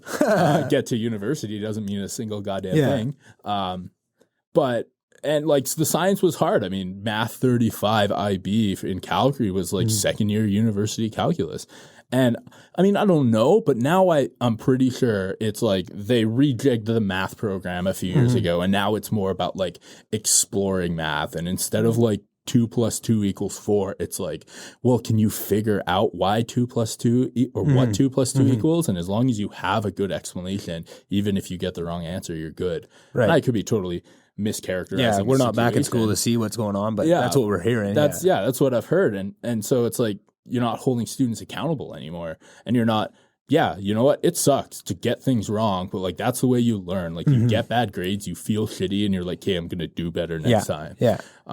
But, and so, I mean, I think that stuff's related. It's like there's such a, society has become like, I mean, you can call it like instant gratification at some point, or you can call it like people don't want to hurt each other's feelings, and it like, it chains down into like we don't want to tell people, we don't want to tell kids that they're wrong because that might hurt their mental growth. But also, I think the flip side of that is they don't get better. If you're not wrong, you can't. If you're always right, you've never experienced failure. I don't think you can grow that way. And in in doing that, and nobody can hurt anybody's feelings in real life now. So then you see social media come up, and now everybody's just waiting for anybody to slip up so they can jump on and they can, that probably really natural human characteristic to attack and to pile on. It just programs people to do it when there's nobody around, when that anonymity, right, allows you to do that. But that builds up and builds up because nobody's saying shit in the society, right? Someone says something stupid, and I'm guilty of it too, right? When old Yellow Coat was being an asshole to our prof, I should have spoke up and said, but I didn't do nothing. But then I come on my podcast, I talk shit about it 10 years later, right? Like that's it. I'm just as guilty as everybody else. But I think we need to be aware of what we're creating with that, because when you do that, it's a natural human instinct that we don't get out, and then it materializes in other areas, right? And now you're it's kind of like what I don't know the exact saying, but it's like a bunch of, or some people on social media just need to be punched in the face. Yeah. But social media makes it so they can just talk shit about people and they don't get punched in the face anymore. 100%. You couldn't do that shit on the playground in 1997, make fun of someone and not like take a beating. Yeah, exactly. And it just, but that when you extrapolate that out to the consequences of just what you said right there, and that's different. Like we didn't have social media to get this all out of when we were in 1997, right? Like I'm 3 years old at the point, so I wasn't 4, whatever I was. But but now you're seeing kids that are growing up with that all the time. That changes complete dynamics, and you want to talk about a lack of just hard skills and knowledge in the real world. Now you're taking that away, and now eventually you're going to have to actually enter the workforce and work. And now you're seeing the juxtaposition of those two people, of the real world and this fantasy world that everyone's being brought up in. Oh yeah. And then having them butt up against each other, and you see badness. Well, and I mean, like when I say I think when people are saying like, oh, people on social media, they can't get like punched in the face when they say this dumb shit. I'm not like encouraging violence. And right. I think that's kind of like a word blank, a simile, a euphemism for you don't have people to debate you. I mean, they talk. It's just a lack of accountability. Yeah, I mean, they talk so much, especially with like the U.S. election and like the role social media played, and how the algorithm just like gets all the like-minded people together, and so that they don't have they don't have this debate. And it's like those things that you get when you say this thing in person, someone's going to call you out and be like, no, you're wrong. And here's why you're wrong. And then you can have a rebuttal. Yeah. And then you can like have a discussion, or like hopefully you have a reasonable discussion about it. Kind of goes back to like something I think I said earlier. It's like, I think any two people, no matter what their beliefs, one-on-one can have a reasonable discussion if they're willing. Agreed. But social media does not create this environment. It doesn't expose you to people who are different, and doesn't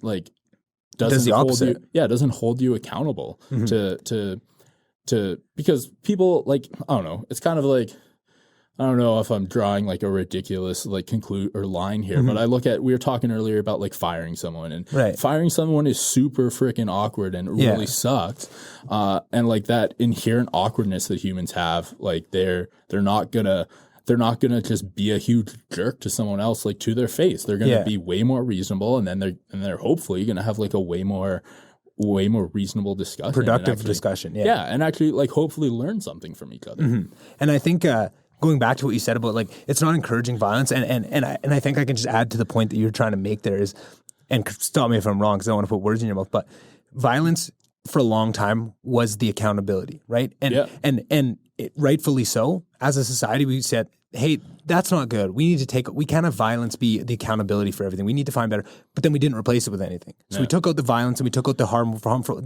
First we took out violence. Then we took out the harmful words, right? We expanded the bullying. We can't have people getting beat up at school, right? Life is going to hold you accountable.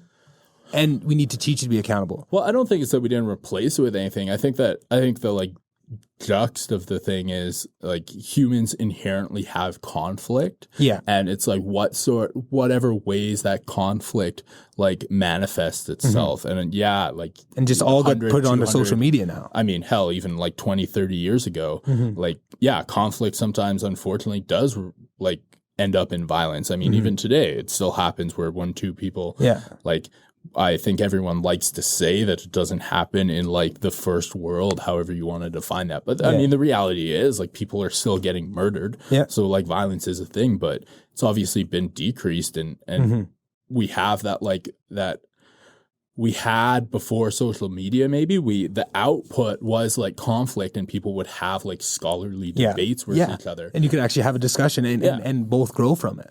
And that conflict would get out. You could have that argument with someone that allowed the conflict to get out. And so maybe, I don't know, like if this again is being way too theoretical, but like maybe the problem is because we don't have that like civilized conflict, that like civilized discussion anymore, we see things that like break out into violence because everyone's just like on the social media getting each other riled up. And then they're like, hey, let's go do something stupid. Like you hear about that like case of them trying to like the people that were like plotting to murder that like governor in the US. And it's just like what? And maybe if all those people weren't like put in a magical Facebook group by the algorithm, like maybe that wouldn't have happened. I have no idea. Maybe it would have happened still. Like certain people, there's definitely like psychopaths are a thing. And but so who knows? Who knows? Yeah, I know. And not to take us way far back, but I feel like I want to go back just to that point I was making about like what Eric Weinstein was saying about that. And he gives a lot more actual, like if you actually listen to him talk on the subjects, it's very interesting because he goes into all the interpersonal stuff within the high level universities that gate it and that would chop down anybody that wasn't going to string theory and all this. And that's what got hit. He was in physics, but he had to leave because of all this interplay and all the politics around it. And he went to math and he just became a mathematician and came up with a theory of everything, which is, a physics-based thing, but through the lens of math, because that's how he got there. And he became successful on his own, become undeniable, right? Like Joe Rogan always says, it doesn't matter what you're doing,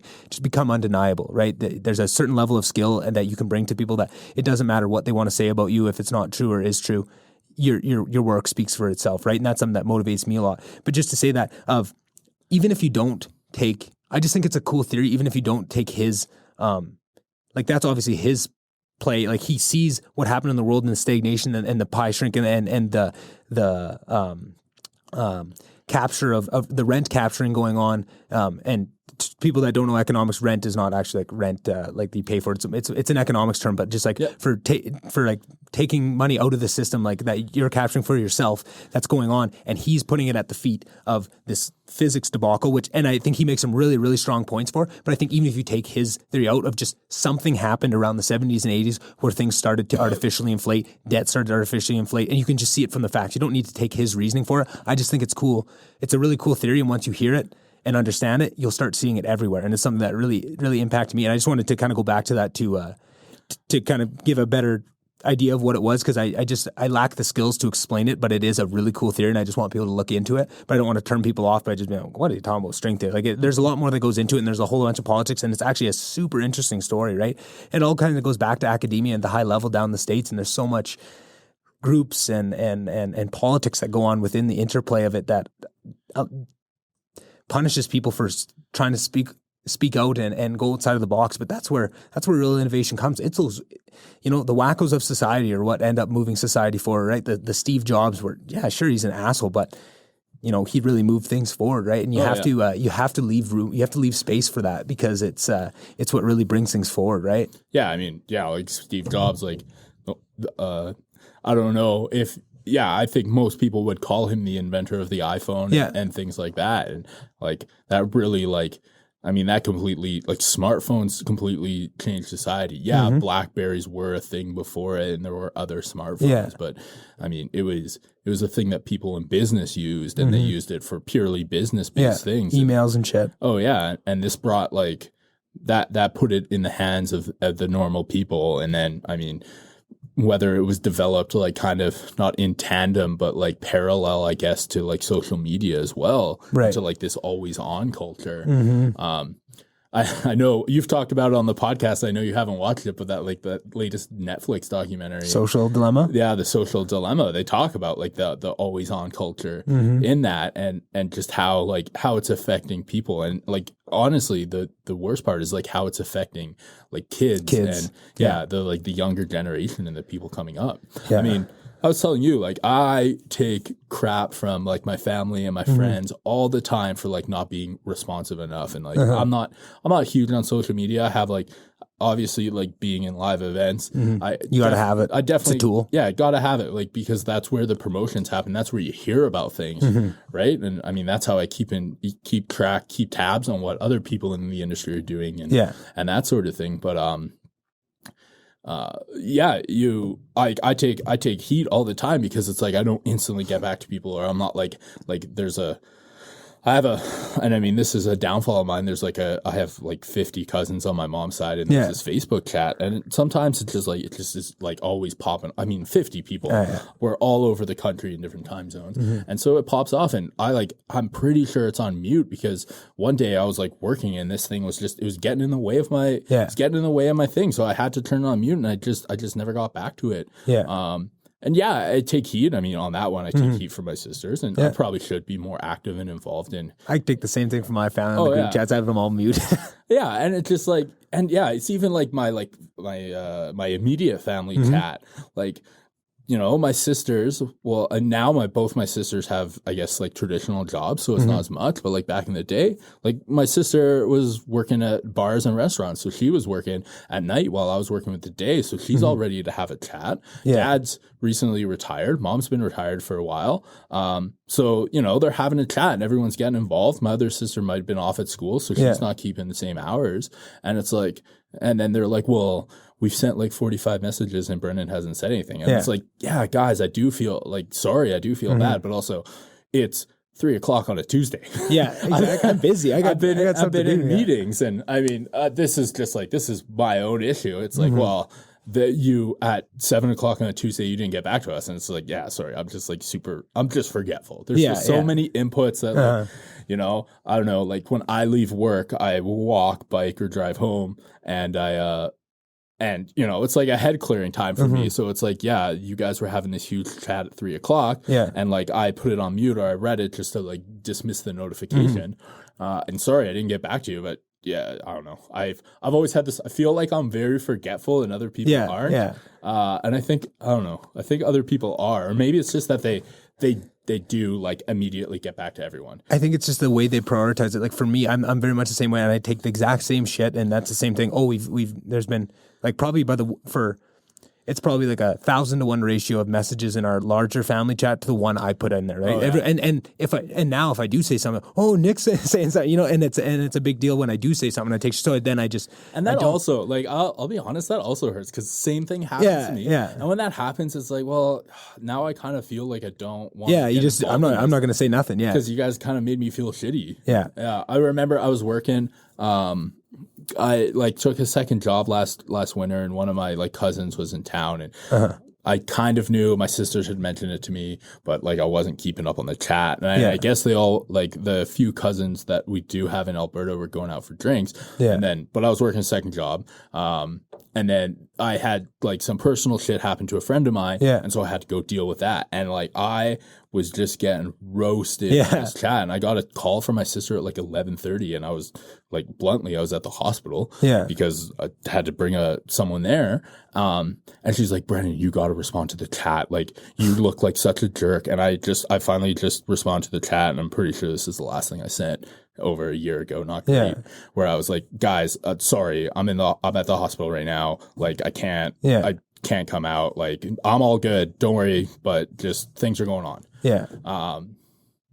And I feel like an asshole for doing it. Same but here, also, like, you know, I think I was saying to you, if someone calls me, I'll always pick up the phone. Like, if you call me, I'll pick up. And even if I like can't talk, I'll be like, hey, I'll call you back. And I do make a point of calling people back, because it's just like, so many people don't pick up the phone anymore. I mean, every year I got to sit down student staff and be like, hey, so this thing hasn't gotten done. What's going on? They're like, well, I called. Well, I emailed the guy like 3 times and nothing happened, and he just hasn't got back to me. Well, did you pick up the phone? Well, no. Why not? Well, I don't want to interrupt him. I'm like, but you need to think. So society has like picking up the phone is so hard now. But so that's why when people do call me, I'm like, yo, what's up? Like, happy. Anyone can call me. I mean, you called me out of the blue like last summer, hadn't talked in 3-4 years, and we ended up talking for an hour and a half or something like that. It's just how people communicate. And for me, and I don't know if this is just kind of my own understanding of why I am that way, because what you're saying, I'm very much the same way in almost all that stuff. And I have a busy work life too, and lots of emails and stuff come in, and I have a thing where I can't go back. Like, I feel like nobody's ever actually made this argument to me, but I feel like in my own head, because I'm a whack show, I'm fighting both sides of the argument in my own head. But they're saying like, well, like, even though you're busy, like, why not go back and catch up later? But it's like, when you have so much other stuff going on, I feel like some people, I also think I'm forgetful and I just forget too. But also, with how much I have going on now, I really have to prioritize everything in my life for my own mental health, of like what I need to do to, like, with the recovery times I need and stuff. And I just can't make the group chats. I can't move that up, because if I want to move that up my priority list, and I could do that if I really felt I needed to, I'd be knocking other things down, and I'd be putting myself even in a more stressful spot. But they don't see it that way. They think of like, why don't you communicate with us? Like, I'm doing this just to get by. I get 300-400 emails a day that I got to work through. I get shit going on. Shit's always going sideways in one area or another. Plus doing all the podcast stuff and trying to line that up and not feel like you're failing in any other area.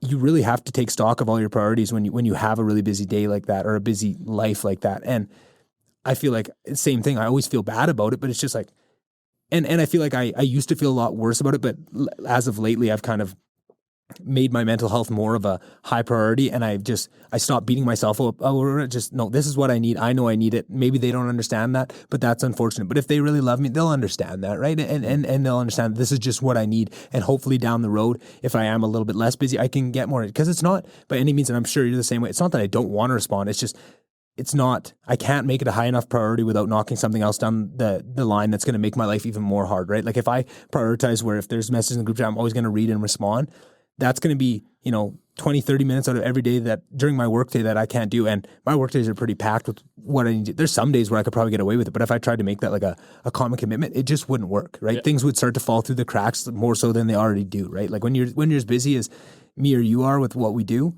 things fall through the cracks, right? And I hate it. I hate when it does, but you have to have more. I'm working on this for myself, and shouldn't say you have to, but I have to give myself more acceptance of that, because I beat myself so much when something slips through the cracks and I should have been on it and I should have missed it. But you have to, it's hard to, but you have to take a step back and be like, you had 15 different things going on. You had meetings and all that. Like, obviously it fell through, like, and I'm bad for it too, is even if it wasn't my fault, even if something else fell through, like one of my employees dropped the ball on something, well, I take that on myself. Like, I should have been on them to be more on that so that they didn't drop the ball. And it just perpetuates, and you start beating yourself up over a million different things, and now you're just in a dark spot, right? Like, and it's and yeah, definitely, like, I totally hear you. It's like you say, the email thing, like getting hundreds of emails. Yeah. It's like, that I remember my boss sat me down, and like, I don't get a lot of feedback from my boss, mostly. Mm-hmm. Like, he's I'm running a business in a students association. My boss, general manager, like, obviously he has like very different priorities, and like, as long as my thing is functioning, he's good. Yeah. But I always remember feedback he gave me a few years ago. He's like, Brennan, you got to get better with your emails. He's like, I know you get so many emails, but like, I heard so many complaints this year from other like people not in my department, being like, Brennan never responds to emails. And, I was like, that's like definitely right. And I get way too many emails, like the amount of, and like mailing lists that I get picked up on. And it's just like, people are like, oh, well, sure, you got 100 or 200 emails today, but maybe only 15 of them were important. So why didn't you respond to those 15? And it's like, well, because it's exhausting when you sit at your computer and it's like, holy shit, I have 200. Like, what am I going to do? Yeah. But so after that, I like sat down, thought about it. I was like, hey, so I obviously have to make change, because like, if other people if other people can't get their jobs done because I'm not responding to them, that's a problem.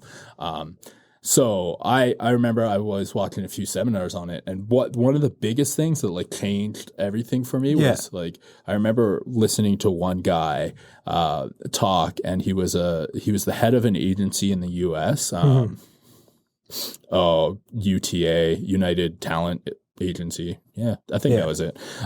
And he said, he's like, the biggest thing I do is like, when I go on vacation, I set an out of office. And at this time, I didn't set out of office because I was like, you know what? I do. Like, everyone does. That's in any high level management position. They always check their email on vacation. And so I didn't send out of office enough. But he's like, not only do I send out of office, I directly include in my out of office. I don't say, hey, I'll be gone for a week. I'll get back to you when I'm back. I said, hey, I'll be gone for a week. I probably won't get back to you when I get back because I'll have too many emails. And if it's important, email me again. And he was just like, I'm not that blunt about it. Yeah. But I do take the step of when I get back, I just select all, archive. And you know what? If it was important, when someone emails me back again, then I can make that email a priority and just being more on top of it day to day, not pushing things to the side, but also not being ridiculous, like not being like, it's like setting expectations for people that are contacting you.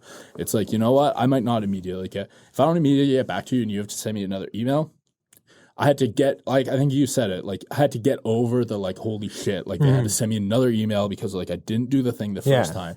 So I had to, like, forgive myself for that and just, like, put it out of my mind. And then get back to them. And then just make sure I get back to them, like, immediately afterwards.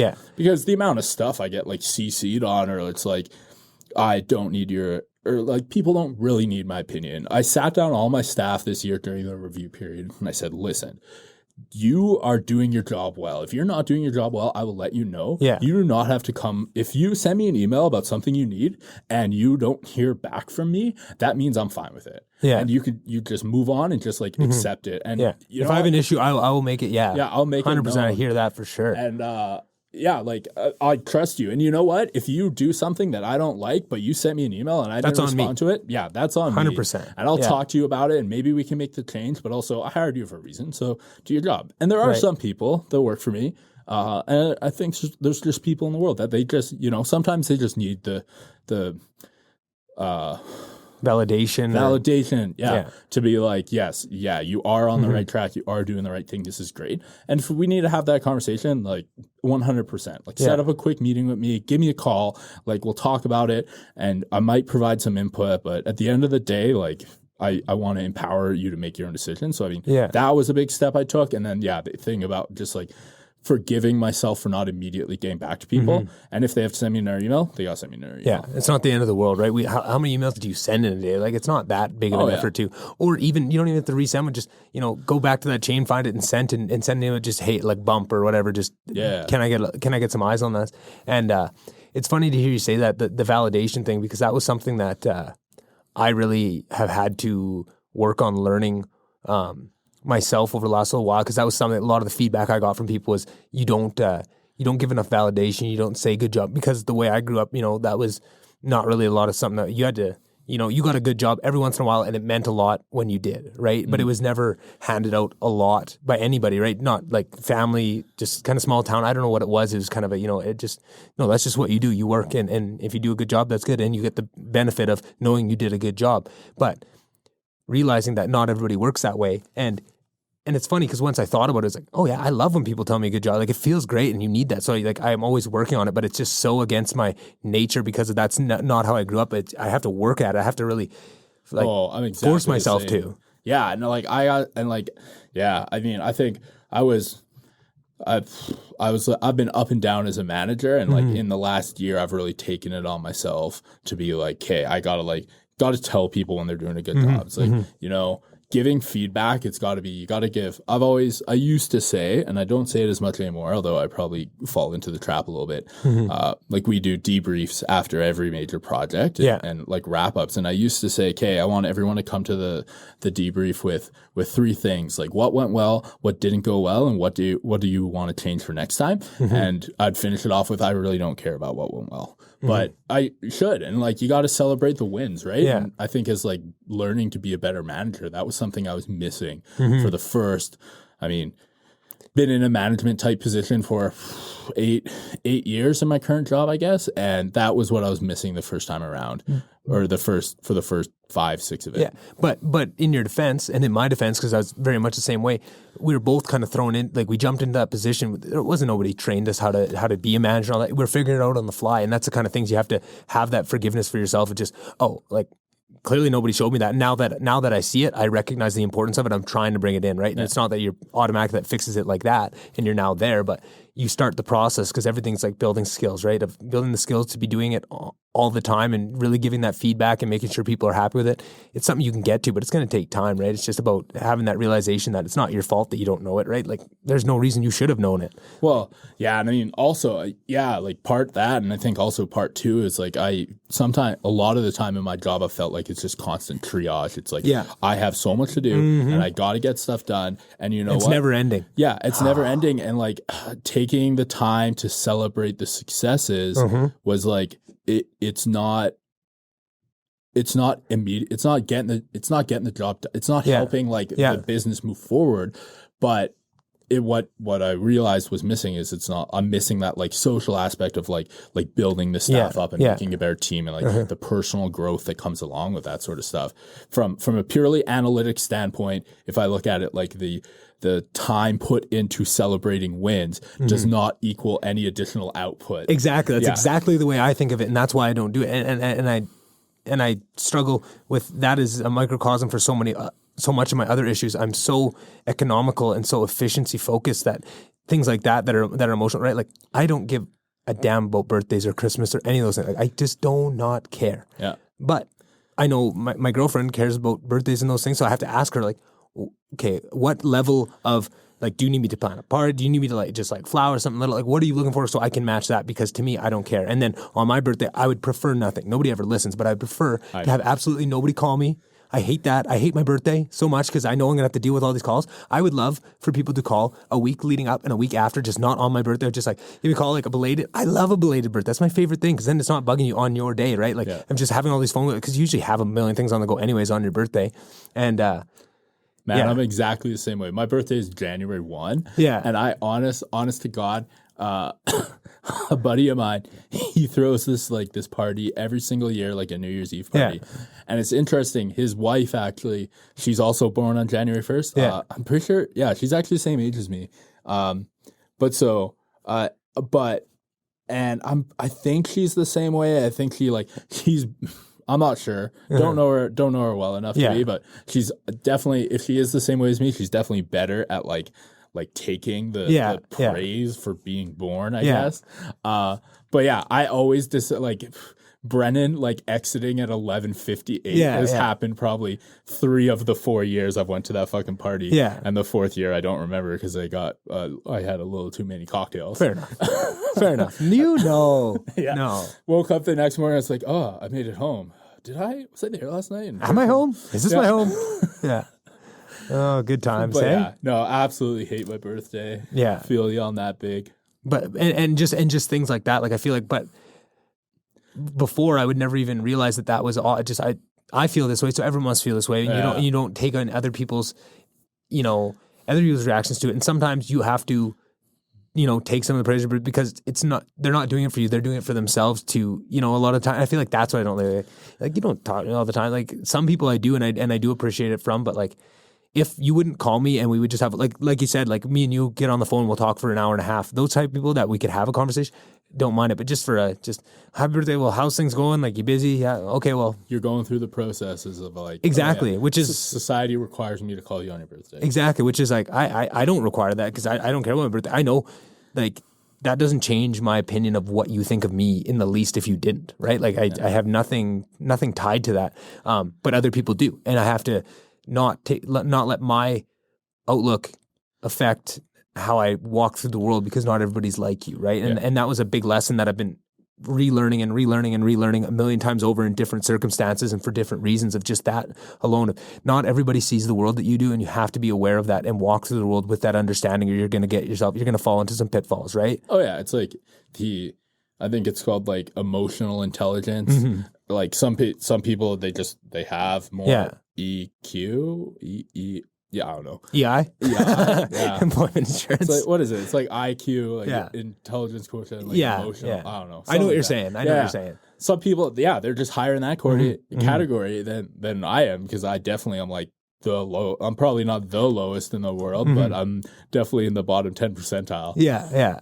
And so, things like birthday just like, no, leave me alone. And I think that's something for me is it doesn't come now. I feel like where, like, if you want to talk IQ versus AQ or whatever the other thing is, like, I feel like I was naturally gifted with IQ, and that's something I'm just lucky. And I know it sounds bad to talk about, but I got to get over just being embarrassed with talking about these things, just being honest on the podcast, right? Like, I feel like I was blessed with that, but the emotional stuff is very unnatural to me, and I have to work towards it. And it's not, and I feel like I am at this point a lot better at it, but it's something that I have to really work through. And a lot of the times it's figuring things out, like, oh, that's how other people think, and like, oh, like it's these revelations then I take into my, machine in the old noggin and kind of integrate that into my worldview. Oh, I need to add this to it. So I think like I've built an emotional intelligence, whereas I was born with just regular intelligence, right? And I feel like that was something that it's a good lesson for everybody, that whatever you have or don't have, you might be really emotionally intelligent. You have to work for the other intelligence. You have to, grind and go to school, right? Like it's just the same as everyone. Everybody knows that person in school that easy wouldn't say had it all, and those people that were the same marks but had to grind for everything they got and really had to put the work in. Just everybody's different. But then in other areas that could be completely reversed, right? And it's just interesting to make sure you're valuing everything. You're not just completely leaning into one and letting one completely be a failure, because you can walk through the world completely being defunct in one very important area and not even realize it, right? You can walk through the world for years and not realize your the effect that you're having, right? Yeah. Well, I mean, again, like kind of back to the educational thing we were talking about. It's like there's no there. It's not like they're teaching you about like emotional intelligence in school as well, or like, and maybe they are, and I just missed it. Yeah. But like there is a big focus on the analytical intelligence, I guess. And I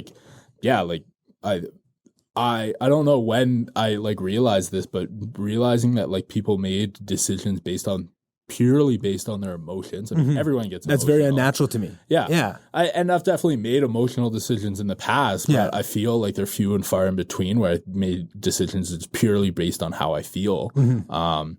And it's something that, I still have to learn it, and I'm like trying to get better, but it's like, it's really hard for me. Yeah. And I think I'm very much the same way, because like in saying that, I'm a super emotional guy, right? And I do, but when I do make decisions that I know are based, I can feel it and I hate it about myself, which is something, again, I need to work on having more forgiveness. And that's something in the last couple of years I've really got better at. Before I would just beat myself up over that stuff. Like, oh, that was out of anger. And I know that because I put a logic on such a high pedestal in my own head and with everybody else around me, that I think less of emotional decisions in other people too. And again, with forgiving myself for that and becoming more, it allows me to forgive others more for it too, and not hold them to these weird standards that I've built up in my own head of what I think people should do. Who the fuck am I to say whether you should be more logical or emotional? To me, it shouldn't matter, right? You do what you do. Yep. But for a long time, I really struggled with that. And if you were, and relationships, because I'm so logical, and when emotional, because relationships are all 90-10 emotion to logic a lot of the times, right? And sometimes logic gets squeezed right out and it's 100% emotion.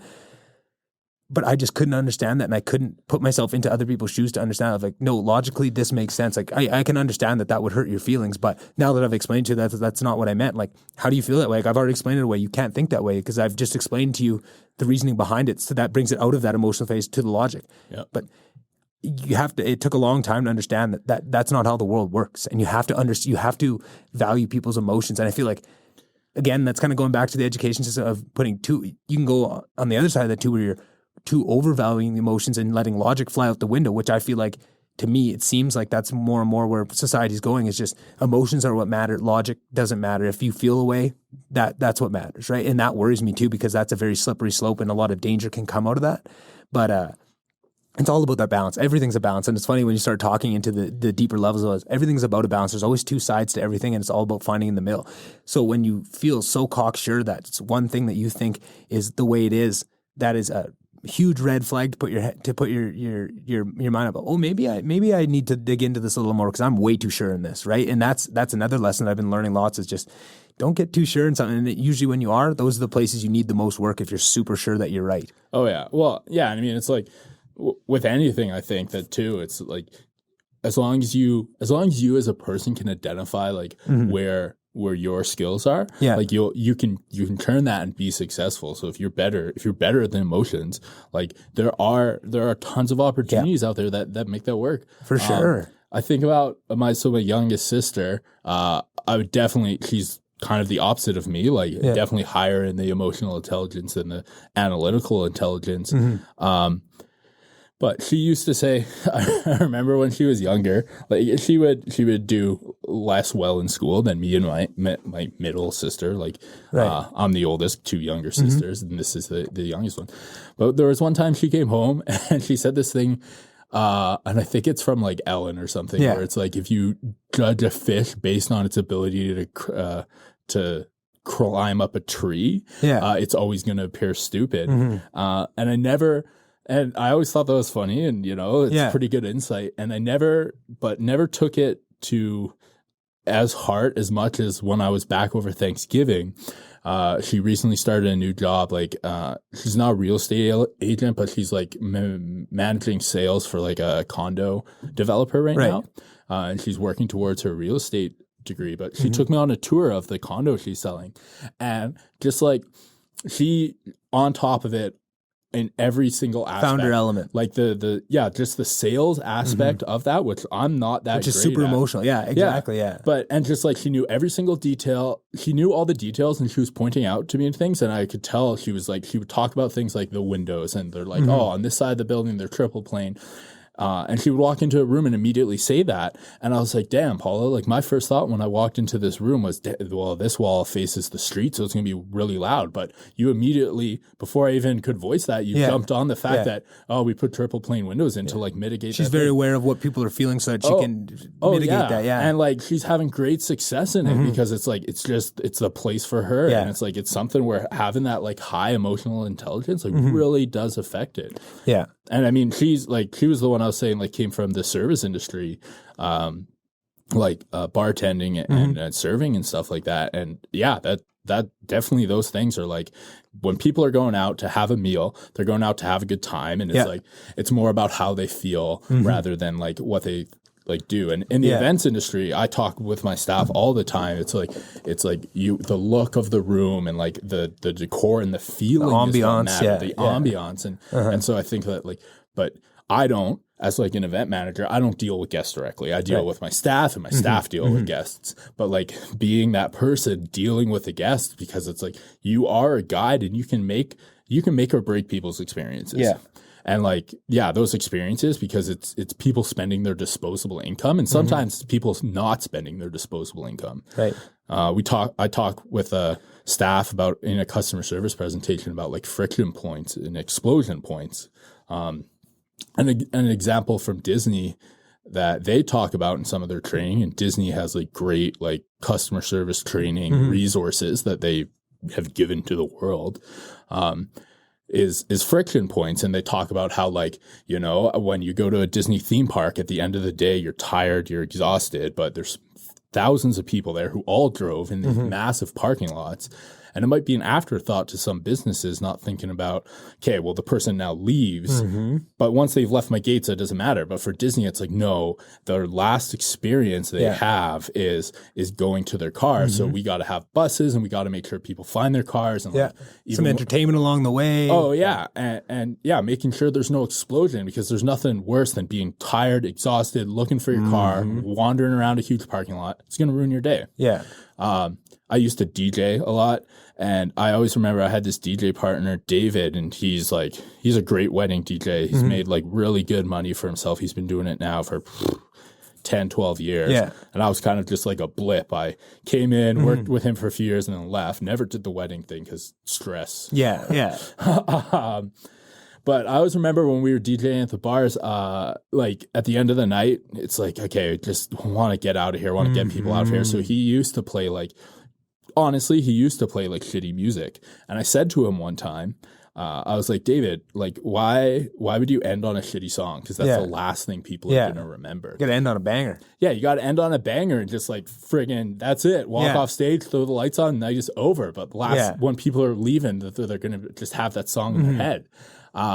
And years later, he said to me, he's like, man, you completely changed my outlook when you said that to me. He's like, I used to always just like play shitty music or like things that I found funny. Yeah. That, like people didn't want to dance to, so they would just leave. But he's like, now I always end on just like an unreal song.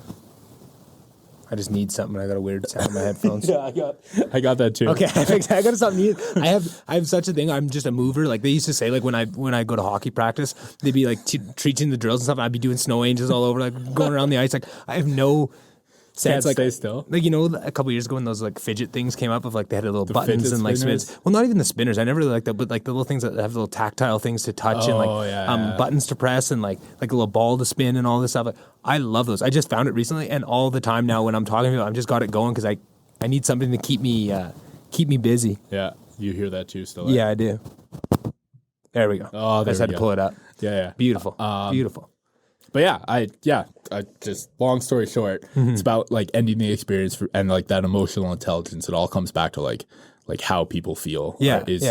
And how in touch you are with how people feel. Yeah, that's and in the events industry too. That's so important too. Like I was trying to think of like how I would do that with my podcast. Maybe I got to cut the intros out of the podcast and keep people with the good stuff. You know what I mean? But I mean, it's depending on like what are people coming for, right? There's definitely people like your friends and stuff that like the first. I mean, I've listened to all your intros, but that's because I know you, and I'm like, and like we were talking last night about the Optimize October thing. Yeah. And like you were giving those constant updates, and it honestly like it made me make some changes for November. I'm not going as hard. Yeah. Hopefully one day I got to like build up. Yeah, of course, everything's slow. And that was the biggest message that I wanted to get to people with that is just like this is the version that I'm doing because I'm there and I have all this background of like getting to there so I can jump into this. But like just little things like, I don't know, try and walk every day, like whatever it is and do that. And I was actually really uncomfortable with that. Like even like my dad, just he doesn't drink much, but like just didn't have any drinks for that month. And like a couple other people in my family did. And I felt so guilty because I felt like I was forcing it on them because they were just trying to do it for me. And I felt really uncomfortable with it. But like,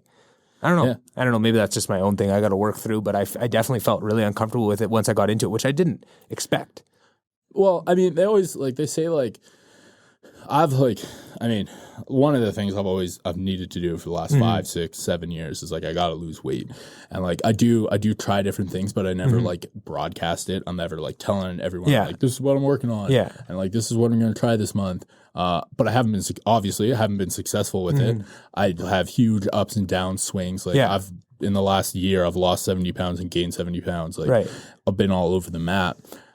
And I think that one of the things is like, they say, if you want to be successful, tell everyone and then they can hold you accountable. And it makes you feel like if you break it, you feel shitty. But I mean, like you were talking about Optimize October and like, as you were going through it, I went back to Calgary and during that time I picked up a bike and I decided I was going to make it a thing where I was going to bike to work every day. That's awesome. Because especially during COVID, when I wasn't working at home, which just sucked, I'd come into the office because there wasn't a lot of people around and I didn't have a great like setup for my home office. I have like a sick equipment setup, but I didn't have like the separation I needed because like my desk is in my room because I got roommates. I don't have like an office or any of that.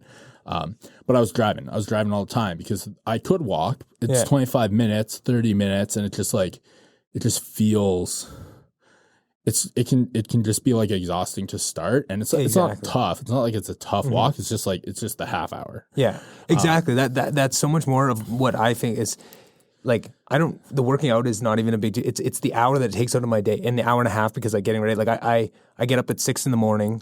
and get ready, go run the trail for an hour, shower, and then so from 6 to the time I get to work at 8, I've now had to invest that for that, and it's not something I really like to do, but it's now I'm that much more tired for the rest of my day, right? Like if I didn't have to work and I had all the free time in the world, I feel like working out would not even be a big deal to me because it's so much more about the time commitment than it is the actual effort of what you're putting in, especially when you're talking about something like walking or biking, especially. But I totally understand what you're saying about it. It's less about the actual physical activity and more about the on top of your all busy day of now I have to, like if you're half hour walking back and it's maybe 10 minutes of driving total, that's 50 minutes of your day you just gained, right? By not doing it, right? So it makes it very easy and you have to change what you're getting out of it too. Well, and for me, I was like, hey, well then I want to find the middle ground. I want the workout. Like I need to do the activity to if I want to be successful losing weight. Yeah. But how can I guess optimize it by biking? I mean, it's 7 minutes and you know what? I get to work and I'm way more tired than if I walked. Yeah. Which like has its goods and its bads. I mean, luckily I work at a freaking theater with dressing rooms. So I got a private shower that I totally never use because that would be an abuse of resources. Yeah. and the other thing too, I looked at it and I was like, this is not impossible. And so like two of the things that kept me going is like when you were always posting about Optimize October, I was like, it's totally possible. Other people are doing it. Yeah. Plus our executive chef in our catering kitchen, dude just turned 65. He's been biking to this building, lives 1 block away from me every day for 20 years. Like minus 30, doesn't matter. He freaking bikes here. So I'm like, okay, it's possible. Yeah, if he can do it, I can do it. Like, come on, Brennan. And it's funny to hear you talk about like how you optimize and how you make it, because that's how I got like the thing that there's a lot of things that kind of changed, because I was the same way. I would be up and down, and I'd go to university first year, gain a whole bunch of weight. Then I went back for the summer, lost a whole bunch of weight, went back. So it'd just be this up and down, but on a constant trajectory upwards, because it'd go up and then it'd go down and up and down. But it was always the downs were never as big as the ups. Exactly. Yeah. And then by the end of my fourth year, I was 280 pounds, and like that was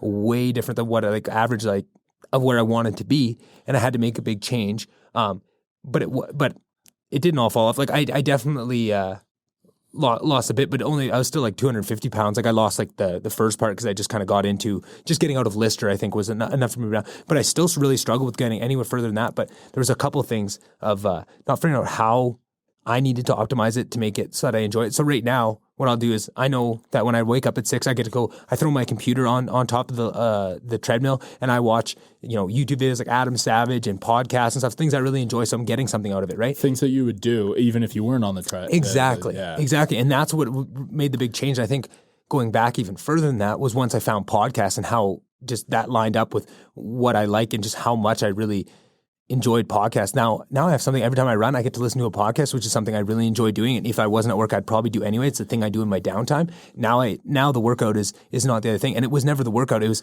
I have to waste an hour of my day that it's like my time is so precious to me. Because I'm so busy with all this other stuff, I can't stand wasting time. But now it's not wasting time because I'd be, if I was at home right now, I'd be listening to podcasts or watching videos anyways. And that's what I'm doing. And that was such a game changer to me. And then also the big realization was, I really struggled a lot with doing it for other people because like growing up, I was always struggling with weight from a young kid, right? And getting pressured to put on it, and that I'm just such a stubborn asshole that well, fuck you, then I'm not going to do it, or I'm going to eat this despite you. Like it was never that thought out. It was way more subconscious, but there was so much of that as I just didn't want to do it. And then getting to a point where I did enough work to realize that, like, I have to do this for me, and I have to, be okay with even if I slip up, like it's fine, and stop beating myself up over every little thing. That's what really changed that, like the two things like that and the finding ways to make the workouts part of like, so I don't feel like I'm wasting my time or losing time. Yep. That was a complete game changer to me. And I don't know which one was more impactful from the other. I think I could probably make a big argument both ways of which one, chicken or the egg, but those two things really changed it because I was,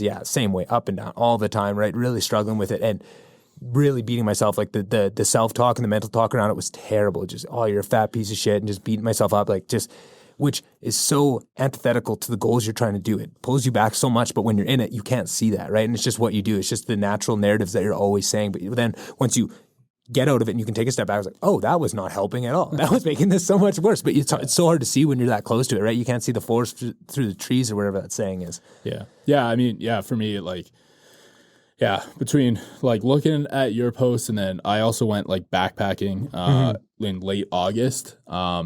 And like this was the other big game changer for me. Originally, and like COVID, like I think for a lot of people, for me, it was not a good like mental situation. No. Between the start of like laying everyone off, which was just like all these people that I have worked with for so long, and so between that and then just like the being at home, like the working from home. I mean, I did 2 weeks in April where I don't think I barely left my room, much less my house, because it's like you couldn't go anywhere. And so, I mean, for me, I started coming back to the office just because I couldn't, like I'd roll out, there'd been probably 2 weeks where I didn't take a shower because I'd roll out of bed, go sit at my desk, I'd put on a nice shirt and a baseball cap because I had to be on Zoom. But outside of that, like no one could look like freaking shit. So, near the end of August, I wanted to just go on a backpack trip by myself, and I was going to go down to a place in Kananaskis that I had been like as a younger kid, like 1,000 times. Easy 4 or 5K walk, not too much like incline or anything like that. But my sister and her boyfriend were up, probably a week or maybe 2 weeks before I went. And I kind of mentioned to my boy, or no, my sister's boyfriend, awkward, that I was doing this, and I know that he too, like he would you were making a joke the other day about like the big boy bike club. Oh, thick boy bike club. Thick boy bike club. He 100%, he fits that mold so well. Yeah. And he's the guy who got me the bike I currently have. He's like, he knows anytime I have an issue with my bike, send me a text. I FaceTimed my sister the other day, and because I intended on being like, hey, can I talk to Spencer? Yeah. But he picked up and I was like, oh, perfect. Must have been insane. Talked about like shit I need to get for my bike for 5 minutes. Yeah. So kind of mentioned to him, and like I know that he's like had some of the similar struggles that I've had in the past too. And he's like, "Yo, man, I'll come with you." Like, been there. Yeah. And then he suggested this. He's like, "There's this route. I've taken like young kids on it. It's super easy." It like shocker. It was not fucking easy. It was 16K, and I mean the first. That's a good pull. Yeah, first 12 or 13, I was tired, but like, oh yeah. But then we got to like the super big incline, and it's called Landslide Lake, right? Just on like Crown Land, kind of outside of Red Deer. And I'd actually mentioned it to one of my coworkers that I was going there, and he's like, "Oh, my roommate goes there all the time. It's like pretty tough." And I was like, "Oh, no. Spencer said it was good." And like honestly, I haven't told anyone this. I don't even know if he's told my sister, but like, I wasn't gonna make it. Yeah. And he went off, he took off without me, got up to Landslide Lake, came back down, and like he took my backpack for me for the last few kilometers. And I would not have made it without him. Like 100% would have fucking died on that mountain. But I was like, oh shit. That was a game changing experience, because when I was younger, that shit would have been no problem. Exactly. Because you were an athlete all your life and put so much dedication in like how many hours a week were you swimming when you were at your peak? Like 20, 30, like it's way too much. Yeah. And I mean, but came to Lister and like honestly had such a good time my first few nights in Lister that I just like, I didn't even bother trying out for the U of A swim team. And I was cusp. I was probably more likely not to make it than I was to make it, but I didn't even try. Yeah. And just that that changed it. But so even coming back the next day, I was tired, and there was a lot of downhill, and we probably we got through all the downhill, the biggest downhill part, like the big struggle that I had the next day. That was fine, and then we walked a few more kilometers, and there's this 1 kilometer section that's just like scrambling up shale and stuff like that. And we probably took 2-3 hours to do that kilometer. Holy and then we sat down after, and Spencer looks at me and he's like, "Man, we're not going to make it at this rate." And I'm like, he's like, "I don't think you're going to make it at this rate." And I'm like, "Dude, you 100%. You're preaching to the choir here. Yeah, I agree. So we continued on for a kilometer, and then I told him, I was like, "Spencer, man, you go." Yeah. Because he had to get back to Calgary. I was like, "You go, you get back." And he was worried, like rightfully so. Yeah. Because I think him and my sister had just come back from Nova Scotia, and they were living with my parents. They're still living with my parents. And so my parents were super worried about all this. And like he was telling me that my sister and them were freaking out about how like I was going to die on this mountain. And he was like, "Man, but if I leave you, I like can't tell them." And I'm like, don't tell them. Yeah, like it's fine. That's exactly what I would say in that situation. And I was like, just tell them that like, yo, it was a lot of work. We got off the mountain, but like Brennan's staying at like Rocky Mountain House and still doesn't have cell phone coverage this tonight. Which, like, side note, Rocky Mountain House is a freaking city. I think I posted up on Instagram right after that. Went to Rocky Mountain House. I always thought it was like Ronald McDonald House, and next door was the Rocky Mountain House. But no, it's a city, and I was like, what? Anyways, but yeah, so he left, and I fucking toughed it out and probably spent like 12 hours. I got out of that mountain at like 9 p.m. that night. And I also had my like roommate's dog with me. And roommate's dog is a border collie, but she's a lazy piece of shit border collie. And she was also just as angry. But frickin', it was ridiculous. Next morning, walking out of the hotel, like I'm limping. Could barely get my ass out of the hotel. The dog's next to me, not even on a leash, because she's also limping. This is the longest walk she's ever been on in her life. Still scarred from it. Like sees me going outside and walking towards the car, and if I'm bringing her in the car with me, she's like worried that we're gonna go back on the mountain. I guarantee it. PTSD.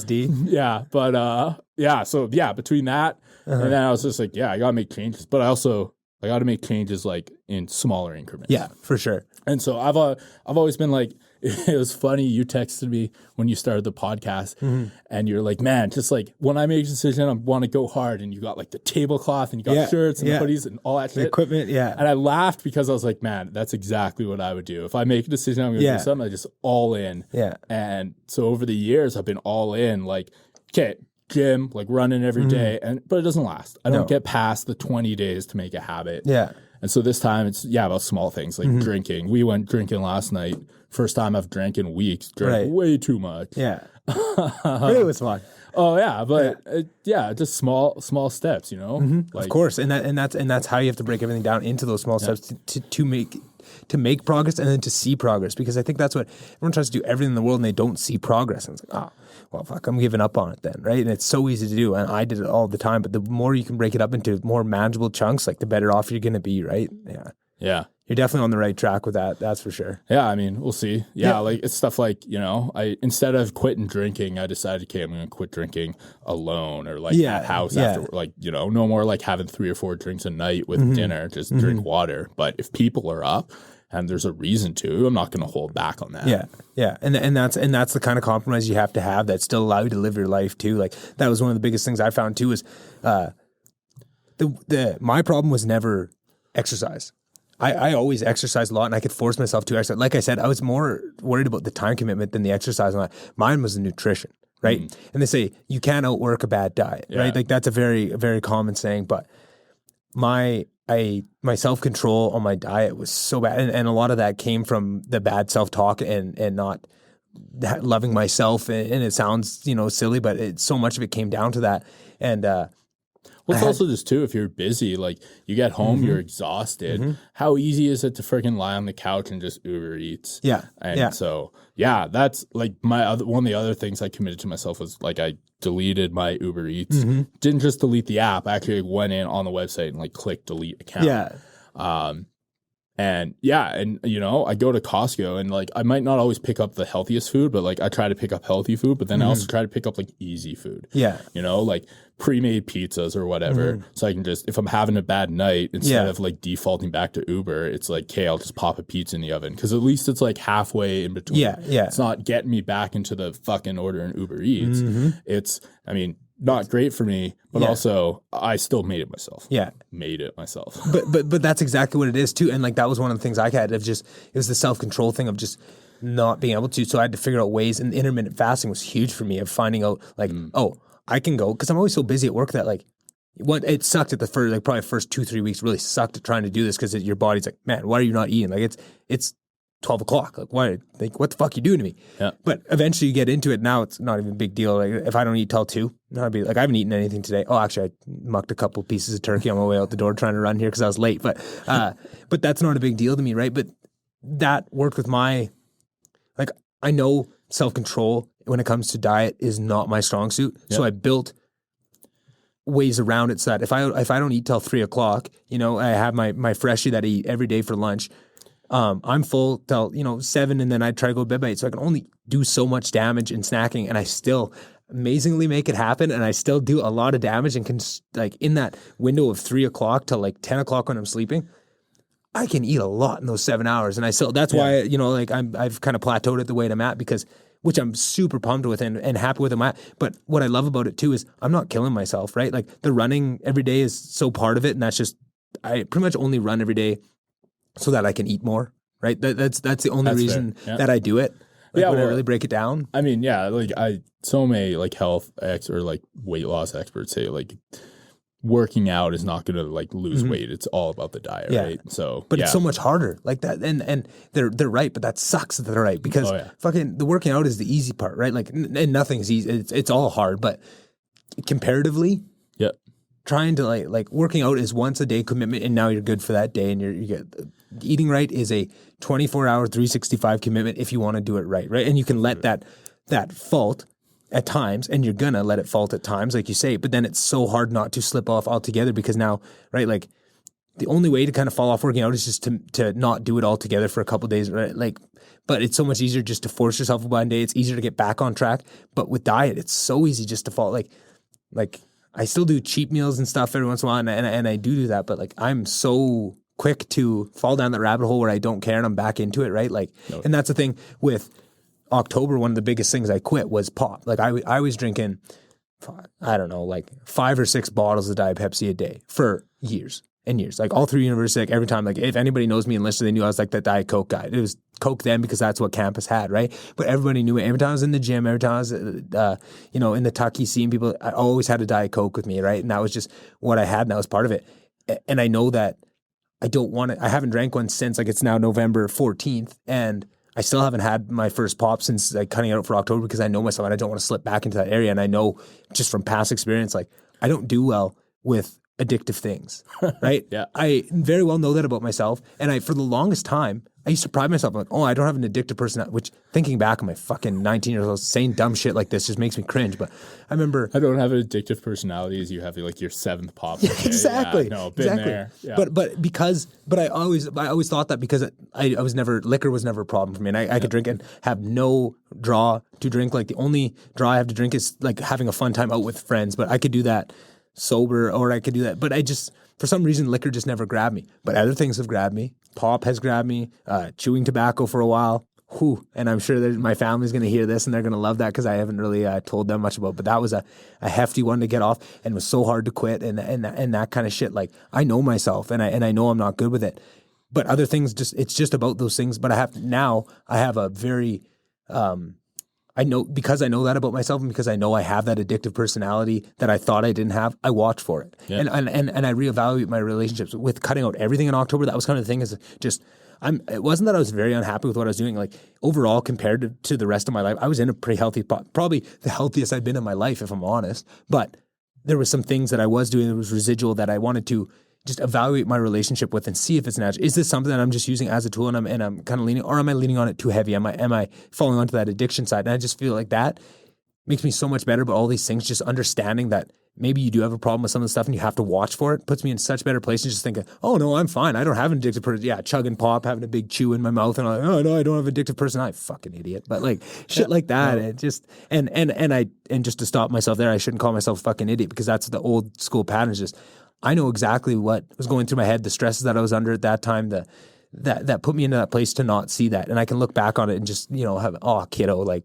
poor guy, you want to give him a pat on the back, but you'll figure it out eventually. And looking back on that, which is a much better place to be in, because, yeah, you could hear it right there. My default is, you fucking idiot, right? Like, and it's such, but that never helps. Oh, no. That negative self-talk never helps, and always makes it, and that's what creates your units. Right? You can speak things into existence when you do that all the time. I'm trying to work on myself. That's why I wanted to say that, and just kind of say, like, no, that's not what I'm doing. I'm better than that. I don't need to be saying that stuff, right? And working on it, but it's important, right? Well, I mean, it kind of comes back to that, like, celebrating successes thing, right?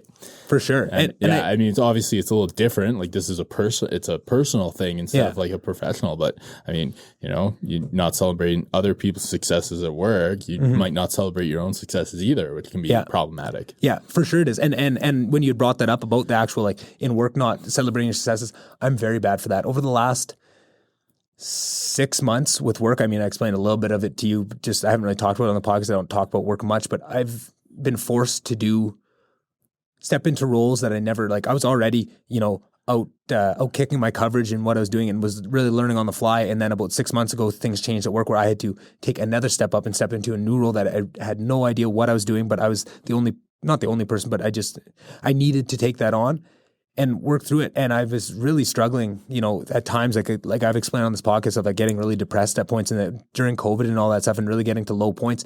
But a lot of it was because I'd never celebrate. I would, like, when, like, my dad would say, like, why are you so beating yourself? Like, you've done, like, look at what you've just done over the last couple months. Like, you've done overhauled these huge projects and taken on these huge things, but I don't see it. Yeah. I just think of, and I wanted to bring this up really because it feels like you're always in triage mode. There's always more to do. And why are we celebrating?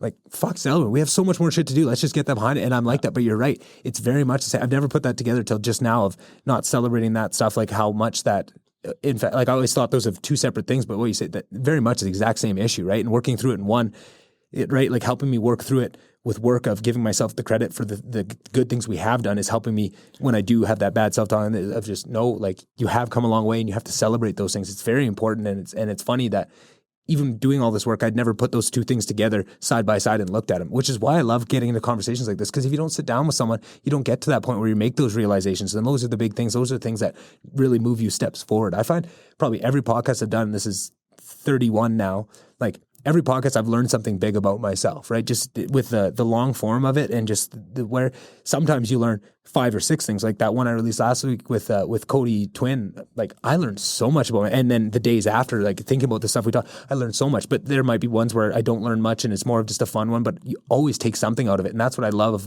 about this, and what makes it so exciting for me is I know I'm getting better, and it's almost that instant gratification of, oh, that's one thing. Like you had to sit there and talk for 3 hours to get to it, and there's maybe only a few dimes they picked up, but those are actionable changes that you can make in your life that are going to help you to be on a much better road going forward, right? Yeah, I mean, like it's that self-review process almost. I think I unplugged my headphones somehow. But yeah. Anyways, like back on to that point, yeah, I mean, it's kind of like that like you got to do like a self-review. Like another thing, one of the other like little steps I decided to take was like keep a journal almost. Huge. And like I'd never done anything like that. And I always like, I think as younger, like I would try like once, maybe twice, but like wouldn't go anywhere. And I mean, one of the other things like I pretty recently after, again, Thanksgiving decided to do was like every day, just like sit down for like 20, 30 minutes and just write down like my thoughts from the day. Yeah. Like what went well, what didn't go well, and like other thoughts or like things I needed to do tomorrow. And actually kind of comes back into that like forgetful phase of things. I've definitely found since I started doing that, like I've been better getting back to people, because like just that 20 minutes of like self-reflection from the day on like what happened, it's just been helpful. And of course too, like to make it kind of worthwhile for me and make it do, I obviously nerded out on it. Like I built my, I love that. Built We're my so own, similar. own website on it. Like built a website that I host in my house, and like I can access from my phone whenever, so I can just like, and every day all it is just a calendar where I can take notes every single day on what's going on. But then I can kind of look back on that. And yeah, I mean, do I do it every day? No. Like, did I get home last night and do it? Absolutely not. I barely got through the door. Even after, like, Lister Brennan would be so disappointed in me because I had, like, 8, 9 beers. Yeah. And hell, I mean, I remember sitting at Duke's and you and me would go, like, 1 or 2, 3, 4 teamers deep. Yeah. Good times. Good times. Yeah. I mean, there were times. Yeah. I like anything. It definitely had its ups, but I mean, there were also were downs. Yeah. But yeah. So the self-reflection thing can be really helpful, and it's never something I learned. Like never something I knew would be so useful. Yeah. And that's one thing that I love. This is going to sound funny to say. So I think journaling is the greatest. I think it's something everybody should do, and I don't do it. Yeah. And I feel like I want to talk about it. I'm glad you brought it up, because I've wanted to talk about journaling on the podcast, because so many people I look up to, like Joey Diaz, and I'm blanking on other people, but so many people that I really look up to all journal. And they say, and they've talked exactly what you just said, all the benefits they get out of it. And I realize that I just can't force myself, because I need something to nerd out over it, right? Like, but put your own spin on it. Like you were talking about, like maybe your journaling is just the podcast. Yeah. And like you and I were talking the other night about, like, you know, you have the intros and you spend 10 minutes or 15 minutes or whatever. And maybe you just need like some regulars to like help you go through those like that part of it. Yeah. But like, when I talk about nerding out, it's like I'm big into like programming and like figuring that shit out. So like I had to do something that made it like for me, because I want to do it every day, because also while I'm doing it, I'm also like kind of figuring out the program, and maybe I can make something that other people can use. And that's something that's of interest to me. So for you, maybe it's like the podcast. It's this self.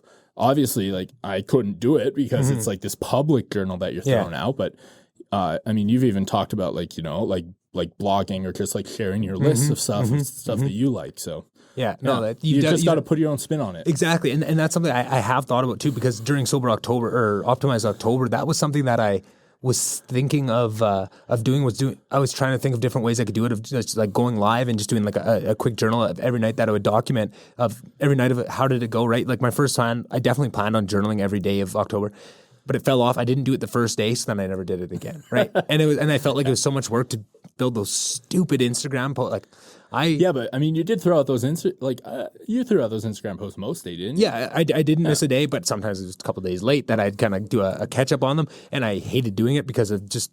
If that was the exact thing, it wasn't personalized to me. It was something that I had to be forced to do it through this Instagram medium, right? And I don't like it. I don't like moving the things around. Like just the formatting of it would drive me nuts. Every time I would do it, I would feel awful about it because I was just like, this is so annoying that I have to do it like this. But something like if it was either an actual journal that I could write in that was easier, or like you say, if I put my own spin on it and found a way that I like to, like I love that idea. If I had like a daily thing where I could just hop on with somebody, and because I do much better when I have a sounding board to bounce my ideas off of and stuff. Like I found that I've tried to with those intros to just talk on my own and see where it goes. And some are better than others. And I feel like also it's just something I've never done before, and I think I could get better at it if I keep at it, and I think I will get better at it. But just finding other areas too, like streaming, like I feel like that's gonna be cool. Like if you're streaming all the time, you can kind of talk about your day and talk about like the journaling and that stuff too, and that can kind of get you in just more mediums that you can try to find if it is your thing, right? It's not to say one thing is going to be your thing forever, right? You might find something that even is a better fit too along the way. Definitely. But I just think that journaling, I'm really glad you brought that up because journaling I think is such a powerful thing, and I think it has so many positives to it, and I think it's something that everybody should do, but I'd never want to bring it up because I don't do it myself, and I just feel like such a hypocrite bringing up like, oh, people should do this, but if I don't do it, then I can't really say that. But if anybody's listening and journaling seems more realistic than working out or any of the intermittent fasting, any other things that I do that I propose, do that. That's a small change you can make that would be hugely impactful. Like, fuck, the people I hear talk about journaling, and then and the other thing I hear is listen to a guy like Joey Diaz where he finds his old journals from the 70s and 80s when he was just on the craziest cocaine binges and just doing the wildest things of just like that you can ever imagine, and to go back and read them and see the person he was at the time, and then you get to witness that growth that you've had over those years and you have a record of it. Like I think that goes a long way too. Yeah. I mean, I think too, like also for folks, it's like, it's not, people might get hung up on like the word journaling. Yeah. And I mean, sometimes I know I have this problem in my job and other aspects of my life where people get hung up on like certain words.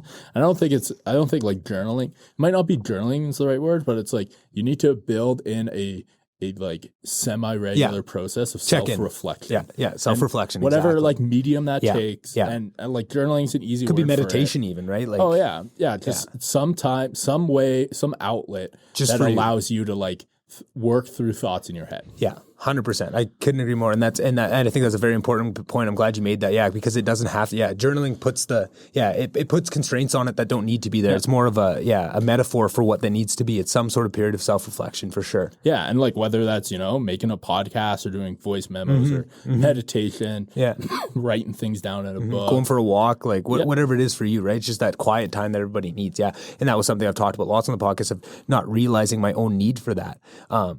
Because I was always I loved podcasts so much, and I was always so behind on content that every hour of the day was filled up. I had no quiet time, right? If I was working, I was working. Then if I was driving from one office to the other, I was either on the phone with somebody or had a podcast going. Get home, like on the drive home, I'd get out of my truck, I'd unhook my phone from my truck that's playing, I'd hit play on that, turn it up, and I'd walk. I'd get change into my sweatpants because I'm a big believer in.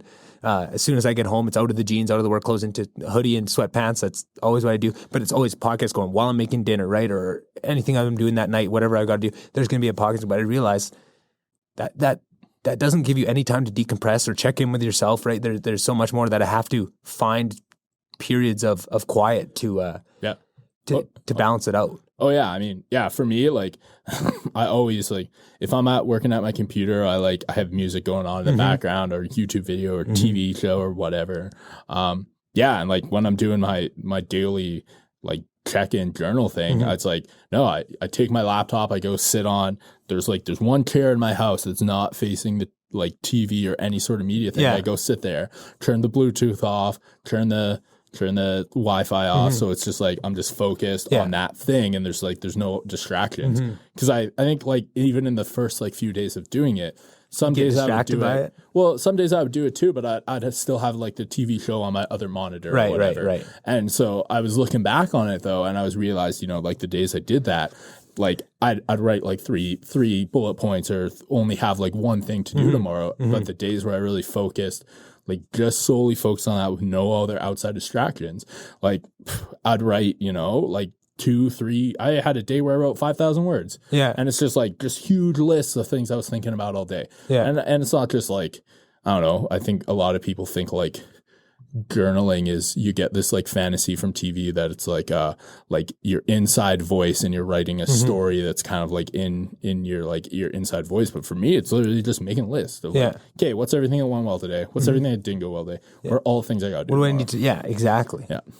Oh, that's so awesome. And that's something that I know I need. And I feel like that's what bugs me about it, is it's something that I know I really need to do. And when there's something I know I really have to do and I'm not doing it, it bugs me and it's eating at me, because like I know the benefits I'd get, especially just on the forgetfulness stuff. Like I'm like, oh, I got to invite these people on the podcast, and just you get so busy with your day that the time you come home, you have nothing. But if that was on a list where now I had accomplishable, and then you come to do it the next day, oh, I missed that. Like, okay, now I really got to get to it tomorrow. Whereas if you don't even think about it, now it's kind of off your list. And then 2 weeks later, you go, shit, I never invited that guy for the podcast. Like, fuck, now you're way behind on it. And I'm very much the same way. And I know I would get some huge benefits out of doing it in whatever way that was. But I do like the idea of actually writing something, because I like to be able to go back to it too. And it's also good for pattern recognition of what went good that day, what went bad today. Oh, I'm finding that, man, if I bike to work on a day, man, I sure seem to have a lot more positivity on that day. Or, oh, I missed my meditation. Like that was something, once I've gotten more into meditation now, I can notice the days, right? But I'm not journaling it to see it laid out in front of me, but I'm noticing even without that of, oh, those days I missed my meditation. Yeah, I'm a bit grumpier. I'm a bit quicker to snap. And I've noticed that kind of stuff. Same with working out. If I don't work out for a day, I'm a grumpy piece of shit now, because I've built that up. But you don't see those patterns until you have something to kind of throw it out in front of you. And those are easy patterns. But I'm talking more of the, there can be different people in it. Like, oh, I seem to have a worse day every time, like I have to interact with this person. Maybe I need to cut them out of my life, or maybe, I really, I kind of have a more positive outlook when I talk to Brennan in a day, you know what I mean? And you can find the positives, and it just allows you to hack your own life and to really get a zoomed out version too, to look back on too, like more than all the other benefits we've already talked about. There's just so many, it's endless. I'm sure we could do a whole 3-hour podcast just on the benefits of what you can get from journal. Or I know I could, I don't know. You'd probably have to just sit there and listen the whole time like I do with all my guests. Fuck. No, it's all good. Yeah. But yeah, no, something you said, it's like, yeah, if you're like, there's a person or something that makes your days go off the rails. Yeah. I think too, the thing too that comes out of that is, I think that like, I know personally, I like avoid situations that might be like a little like have conflict or something like that. But so if you start identifying those patterns, then like you just got to make the decision like, hey, I need to talk to that person and like make a change. Yeah. That's huge. And I do want to get back to some of the events you put on. I know we're getting into all this good stuff, but I'm very curious, just like the week of welcomes, the break the records, the things like that. Like, what was the first big live event you put on?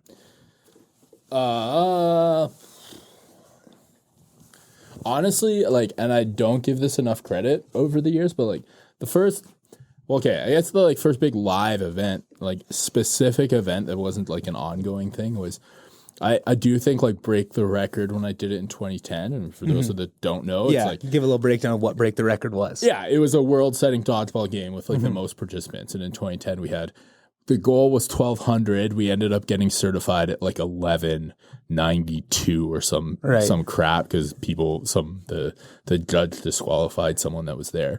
And like it was in the Guinness World Record book. Like there's a photo of it there. I think that was the first real big event that I was like, okay, this is crazy. Like so how did you start? Like where did the idea come from? Where'd the idea come from for the event? Yeah. There's actually this kid. And like preface, this was 2009. Yeah, everyone called him Mexi Dan because his name was Daniel, and he was from Mexico, and he lived in Lister on one of the floors, and he was one of the dodgeball captains. Yeah, and we were sitting. There's like a dodgeball captain meeting every like month or whatever, and we were sitting in the first one, and he's like, he's like, over the summer, he's like, man, I saw some school in the U.S. Like I think it was UCLA. No. It was UFC Irvine, like University of California, Irvine. He's like, I saw they set the Guinness World Record for the largest dodgeball game. There was like 250 people there or something. Yeah. And he's like, I've been in the David Tucky, the gym in Lister that we play dodgeball in, at drop-in, which is just like, come on and play some dodgeball. It's like, I've been at drop-in where there's been more than 250 people. We could take this back. Yeah, we should do that. And it started out, I mean, it was just like, we were going to do it as we were going to do it as the LDL, like Lister Dodgeball League. I assume your regular visitors are like very primed. I've talked a lot of dodgeball and a lot of LDL. Yeah. And so then it became a bit of a, like, it was going to be a residence thing. It kind of got a little bit bigger. We brought in the different residence student associations. But then we brought in the Students Union, and this was before I didn't even know what Students Union was at the time when we brought it. Oh, really? No. Interesting. I'm glad I asked that. Well, yeah. So I think a lot of students go by without really knowing. There's kind of like, oh, the 100%. SU. Yeah. SU gives me my U pass or something like that. Other than your impact of the SU, I wouldn't know nothing about what the SU does or anything. So yeah, totally. So we brought all those people together, and then with all the like different combined skill sets, we that was it. We got out 1,200 students. It happened between 12 and 1 on a Friday. And how much shit went wrong that day? Because that's always the thing with live events. There's so much triage that goes on. Honestly, not a whole bunch of stuff went wrong. The game started at 12:45. We thought it was going to start. We wanted it to start at 12. I do remember very clearly standing on the court at like 12:05, and we only had like 600 people there. Yeah, and I think it. You know what? It probably was me, and because I hate being on a mic so much, I romanticized it if it was someone else that said this, but I'm pretty sure it was me that got on the mic and was like, hey, so we're like 600 people short, can like text all your friends and stuff. Yeah. And I do remember there being a little bit of pushback. There was one prof who I was actually in his class. Yeah. And I remember he got on, Twitter was big. I mean, Twitter is big now. Yeah, that's when it was kicking off, though. But that's when I think it was way more popular with Canadians. And he got on Twitter and he said, why are you holding this game at noon? Like, we have classes, or people have classes and stuff like that. Yeah. And it's like, but there's no good time, man. Yeah. Like, we could hold it. I don't think there's a lot of classes between 5 and 6. Like, the last class of the day kind of ends at 5. But night classes start at 6, 7, but people go home because, like, a lot of people have classes that end at 3, so. Yeah. Or 2 or 1 even. Like, they're gonna be gone, And they're not going to wait around. But so, sure, people had to skip class. But like, honestly, I don't actually think I know anyone who has 100% attendance for class. So screw it. I probably was pretty close. I think I was probably at like a 12% attendance rate in my last couple of years. Oh, man, I very specifically remember I had a 400 level econ class where it was a 300 level econ class, like 385 or something, where the prof at the midterm checked my one card because she'd never seen me before. Oh, that's great. And I ended up getting like an A or a B in that class, but she did the same thing at the final. She's like, I've never seen you before. Can I check your one card? And as she said that, she's like, wait, did I ask you this at the midterm? Yeah. But anyways, aside, and so we did it. I don't know, 1,200 people. Everyone got a T-shirt. Yeah. We ordered... you know what? In the first year, we only had like 20 or 30 dodgeballs out there, and it was and not that's what enough. changed for the next one, right? Yeah, the next one, like I can't remember exactly that. I think the next one was 2,000 people the next year. Wow. Because that was because that same school, UC Irvine, broke it. Yeah. Over that summer. So we did that, and then they broke it. And then we broke it the next year. We were at like 2,000, a little less than 2,000 again, like our certified number. Because we did. The second year we brought a judge from Guinness out. And like side note, I think that was like 10 grand just for the judge. Guinness is a huge scam. Yeah. I looked into this recently in the last couple months, COVID rabbit hole I fell down. Guinness is a giant scam, and they just pay for records. Like people, not to devalue, you all clearly did a giant event that you put on, not to devalue that, but so much of it is just if you pay to fly them out first class to come witness a thing, like it's super crazy. I didn't realize that until a couple months ago. You got to fly the judge out, and he's got to be first class, and he had to stay at the Hotel McDonald. That shit pissed me off. And in the first year, we just like filled out all the documentation and like sent it in, and it took like 6 or 8 months for it to get certified the first time around.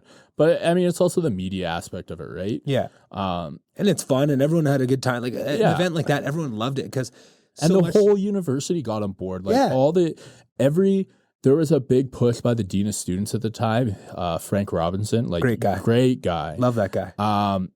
And he got every single faculty on board. He's like, hey, at the beginning, we're gonna do an intro, or all the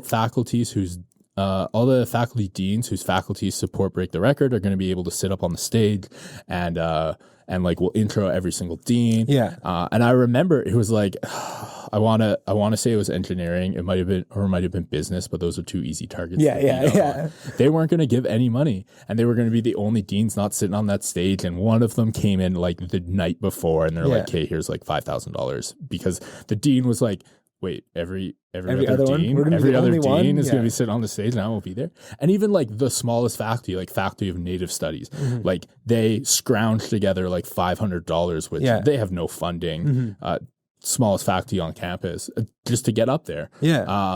And support what the university is about. Get on board and be part of the, And I mean, a lot of people, like I know, like the Reddit haters, if back in the day, if it was a big thing, if they found out, like we did, I can't remember the exact budget, but it's like, it might've been 50,000 for we were thinking we didn't do it a fourth year because year 3 was 5,000 people, and year 4 we would have, because between us doing 2,000 in 2011 and having to do 5,000 in 2012, the other school that got involved was West Point, like the U.S. Military Academy. Shit. And they did, I want to say they did like 2,400 people, which like, I mean, we had to beg and plead for people to come out to ours. I'm kind of assuming that cadets, got an order to be there. So it must be nice. Easier.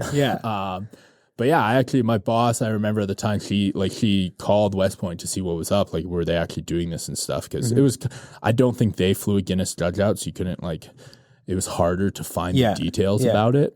And I remember she was talking to like a vice general or something like that. About it.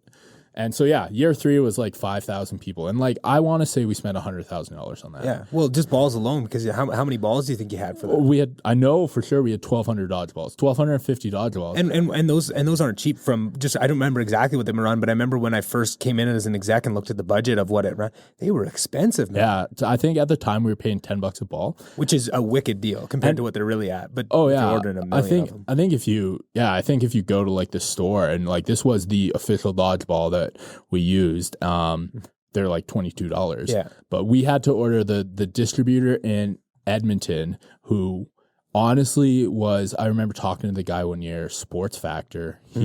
Sports Factor. I worked with them. Yeah. They were the distributor for the Rhino Skin Dodgeball. And they were the biggest supplier, or they ordered the most Rhino Skin Dodgeballs in Canada because of the LDL. Yeah. Because it was what, 10 balls a week at $10 a pop. Yeah, 15 weeks, right? And and All-Stars and and the tournaments. Yeah, you're probably ordering over 1,000, and then just to sell to people that want to have their own for practicing and messing around, right? Every first year that come in, once they see what dodgeball is, everybody wants to buy one and have their own ball, right? Just for warming up before you go down and stuff like. Yeah, we're buying a shit ton every year. Because they do, like, I mean, they get so much freaking abuse from those Lister kids. They go through them in a week easily. But so, we ordered 1,250, and we had to order them from Sweden direct, direct from the manufacturer. And they just show up in boxes, like just trucks and dropping boxes of balls. So many. Yeah, it was ridiculous. Like, came over on a tugboat like Godzilla. Yeah, no shit, eh?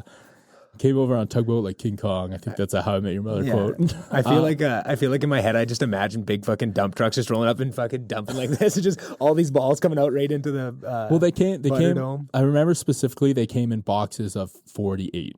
Yeah, and every ball is, of course, like individually plastic wrapped and all that crap. It was a huge initiative for the university. For sure, that's a huge project. And like, people are like, you spend $100,000 on that. And it's like, well, there were 5,000 people out there. So what's that, like $20 a head? Yeah. Is that right? Yeah. And everyone gets a shirt. Everyone got a shirt, and like all the dodgeballs that were good for the reputation of the school. The amount of media coverage, like those, we're talking. You couldn't pay for that shit. Yeah. Talking about YouTube before, and it's like the videos I put up in the past, like some of those videos got over 1 million views on YouTube. And like they were running, like all the media outlets were coming out. All the creative people at the university were all on board for making videos and stuff. And I remember there was a kid, Blake Feldman. Do you remember him? I know Blake. Yeah. I remember when he moved into Lister. I think it was in my 3rd year. I remember I was on his floor for some reason. I think he's the same year as Courtney. Yeah. Okay. Yeah. And he walked in, And there's always the second and third years welcoming, or there was back in the day, welcoming you to the floor, and the dodgeball captain would be there. And I remember Blake walked in, got off the elevator, and Blake's like little jacked up dude. Yeah. He walked up and someone's like, "Hey, have you heard about dodgeball?" And he just looked them dead in the eye and he's like, "That's why I'm fucking here." And so yeah, that's so funny. I've never heard that story before. And I don't know if he swore. He was 17, so he probably didn't. But just just the intimidating dude. Yeah, like, I'm here because of dodgeball. University recruitment was all over it, and we didn't do it in the fourth year, and it was there was a lot of like internal politicking controversy over it. Because, I mean, university budget cuts, but also, like, the amount of media attention, like, they spend a lot of money on their media. I got to believe, though, that the value from that was for sure way higher. Yeah. And it was ridiculous, but also, like, and it's statute of limitations has passed, so I can say this. Like, my dad and my uncle were out on that dodgeball court. They'd never been to the U of A, and my dad and his friend drove up from Calgary because they were like, you guys are doing what? And they just wanted to be there. Well, Courtney was trying to get me up to come up for that because that was the year I came to Lister the next year after that, right? I missed it by 1 year. I didn't get to ever to participate, but she was saying that like, come get a shirt, like, come join, it'll be fun, like, but it just didn't work out or whatever. I don't know. Probably I see those shorts. I see those shirts all over the city. Yeah. Like the three, there was green shirts and there was yellow shirts because green and gold. And from the 3 years and everywhere, and always like little tinge of pride every time I seen it because like not the first year, but definitely year 2 and 3 that like it's my design on the shirt. Exactly. But even like I remember Bill Pickering on the podcast before he was an LDL exec in between you and me. Yeah. So he was out there it was either the second year or the third year, and his brother, Mac, was out there. Yeah. And Mac, I just graduated from the U of A, I think, or maybe graduated. He was 2 years younger than me. Yeah, I think he just graduated, or he's going to graduate this semester or something like that. I just saw him a while ago, but he was like this 12-year-old kid just following Bill around, and it was like Bill had this little tiny shadow. Yeah. And I just remember this kid walking behind Bill the entire time, and like now I know him and he's an adult, and every time I see him, I still can't get that freaking picture out of my head of this little kid just following Bill around. And he looks just like him too. Oh yeah. Yeah, that's funny. It was like mini me or something from Austin Powers. Would you say like the last one when he got to it, was that like the biggest logistical like thing you put together, or was there any of the other events naturally, like welcome weeks and that? Like that was the biggest. Like it was it's the most concentrated event that I've done. Because it was the game, even with 5,000 people, was 45 minutes long, and it was 5,000 people on the court. But I mean, there's these photos like floating around, and I have some of them. And like before, if I do ever leave like the U of A environment, I gotta there's a few that I need. Yeah. But like, there's this photo of like Gooba and Patches, the U of A mascots. Yeah. Like just like crowd surfing on the crowd, and it's like, they're so small. I saw that. Yeah, but all you see is people, and then in the middle of it, like everyone in yellow, and then this mascot like crowd surfing. Or there's this other photo of like people trying to come into the Butterdome, and the Butterdome is a huge indoor. Like, it must be one of the biggest indoor spaces in Alberta. Yeah, like it's a track, like 400-meter track inside a building. But there's these photos, and like all the hallways were completely jam-packed with people. Like, thank God the U of A doesn't have any fire inspectors anymore. You would have gotten so much shit. Budget cuts.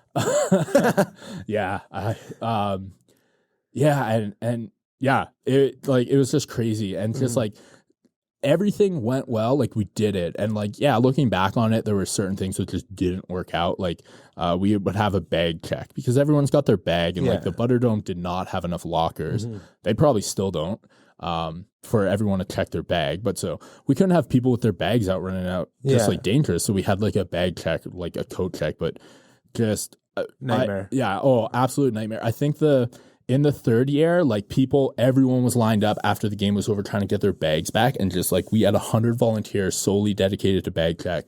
And I remember like one table tipped over because there was just such a crowd, and that was it. All the tables tipped over and everyone just rushed in, got their bags. I could be wrong. I never heard any reports of stuff being stolen though. Right. Yeah. Just like everyone picked up their shit and left. And there were no, I think there must have been 1 or 2 complaints about like, oh, I didn't get my stuff back. But I think we dealt with it a few days later and it was fine in the end. And it's something like that, but it doesn't surprise me at all, because when you go through something that everyone just had so much fun, it was such a camaraderie, and just everyone's a part of something bigger. You're not primed to steal at that point, right? It's so much is about the feeling that you have impacts what that is. Like, that doesn't surprise me in the slightest that everyone just went and grabbed their own bag, even though it was mad chaos and prime opportunity to just grab 2 or 3 bags and leave with that. And like, right? I mean, hell, this was 2012. Like, everyone had a freaking laptop in their bag. Like, so definitely, yeah. To make off like a bandit, but it's just not what people were in the mood for at that time. Oh, absolutely. But yeah.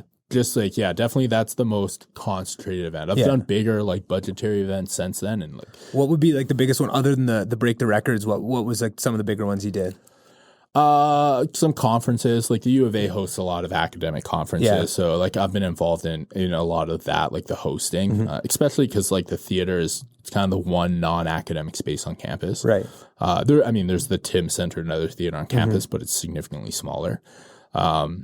Or, I mean, yeah, Week of Welcome. Like, Week of Welcome gets pretty big. Like, the beer gardens, like 4 or 5 days of, like, bands and booze. That was always my favorite part of Week of Welcome, was just I never went to any of the events, really. I just, not that kind of guy, just always was busy. Lister was my Week of Welcome. It was so much fun just seeing everybody. But always my favorite part was just, like, always keep my eyes. I was walking to class and stuff to see you and just go talk to, what's going on today? Like, what's falling apart? What do you need help with, right? So, like, probably so goddamn. Yeah, you always looked at a lot of stress. Stressed. Yeah, because, like, we don't, honestly, like, we didn't have the money to do it. But also too, like, I volunteer at Calgary Stampede. Like, I wanted to ask you about that too, because you had like a big team too, that you had like some of the similar faces that you had at the SU. But yeah. Well, for a few years, like back when I was managing like students, it was I kind of made it like there was a few, especially in the few first years, like it was a lot of like my friend group too. Yeah, I was like applying for these jobs. And so, yeah, it got to this thing where it's a bit of a team thing. And my parents, like, although they kind of talk shit about this and like, oh, all these kids would come down. Yeah. But yeah, it'd be a team bonding experience. We all go like stay at my parents' house for the weekend. We'd volunteer for the parade on a Friday morning. Just get totally bamboozled Thursday night. We're out like standing on the street in the bright sun, like 5 a.m. Friday morning. Yeah. And my parents like 12, 14 kids would come down, stay in my parents' basement, but they actually freaking love it. Yeah. I'm pretty sure at least. I hope so. Even though they still like say they don't all the time, they bring up their friends. But yeah, my mom's best friend, actually, she used to work with her and like they've been friends forever. I think her dad was like chair of the Stampede committee and she's been like chair of the parade. Right. So yeah, it was just like, all it is hosting, at the start of the parade for like the VIPs and the bigwigs. Like, when, 2012, I think there was the royal tour, like the prince and princess, they were in this section and we all had to do like background checks and stuff and had like credentialed. And I remember it was like 2014 or 2015. Again, hopefully statute of limitations on this. Yeah. We never had a liquor license, which, I mean, because of my work in live events, I always knew like this is not like kosher, but it's also Calgary Stampede. Yeah, it's like, not your circus, not your monkeys. Well, yeah, but it's also like the political sway that Calgary Stampede has. Like nothing's gonna happen. Saying shit. Yeah, but yeah, AGLC showed up at the end because my job was kind of to like organize the bar, and that's what I do. I'd I get people we'd pour drinks and then we'd serve drinks to the crowd. So AGLC showed right up at the end, and they like tested. Like we had big vats of, pre-mixed vodka crayons and stuff like that we're handing out at like 7 a.m. on the side of the road.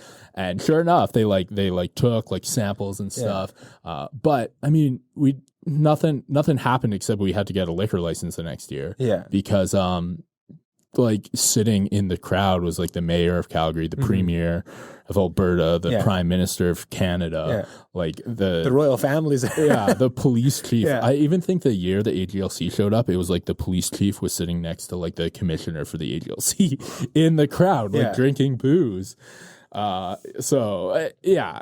And yeah, I'm sure Stampede got a little bit of or my mom's friend got a little bit like her wrist slapped about it. But yeah, next year it was just like, hey, now we have a liquor license. Yeah. It's like, okay, great. So that must have been the year that the John and Kate that's the John and Kate plus 8. What's it? Will and Kate. Yeah, Will. Yeah, Will and Kate came. Was... It would have been 2011 because that was the year that the Slave Lake fire happened, right? Right. So they were doing that tour, so they just made a kind of called an audible and did a visit to Slave Lake too. So again, hopefully statute of limitations is up, but there was all these, so if you had lost your house, they had like an actual banquet where they could come in, you get to meet them and stuff, right? Which is great and stuff, but we were very lucky and we didn't. So you could also go, they were doing it at the Lakeline College or whatever in Slave Lake. So everyone's lined up on the side to try and get a glimpse of it as they're coming in. But me and my dad go, well, they're flying in and we live right by the airport. But we're like, oh, there's got to be some sort of security, but let's just buzz down. So we both hop on the quad, go down to the lake and kind of burn down the beach and park our quad in the trees and just kind of mosey up into this big crowd with these people because some people got to watch them, like get them off the plane. We just kind of joined the crowd and nobody noticed. No Secret Service or nothing, said nothing. We just watched there and it was so cool to see them. So then we also went to that thing at the college where you can see all these people just in this massive crowd trying to see it. And we're like, yeah, we kind of already seen them. You know what I mean? Everyone's trying to do that. But yeah, no, we probably definitely shouldn't have done that. But it was cool. We tried it out. Yeah, I don't know. I don't think like Canadian politicians don't really, it's not like, I mean, you hear like stories of like U.S. Secret Service and the craziness. But yeah, especially like the royal family. I don't know. Like Canadians are pretty split on a lot. I think I don't even think Canadians are split. Canadians are very indifferent to like the 100%. Monarchy. Yeah.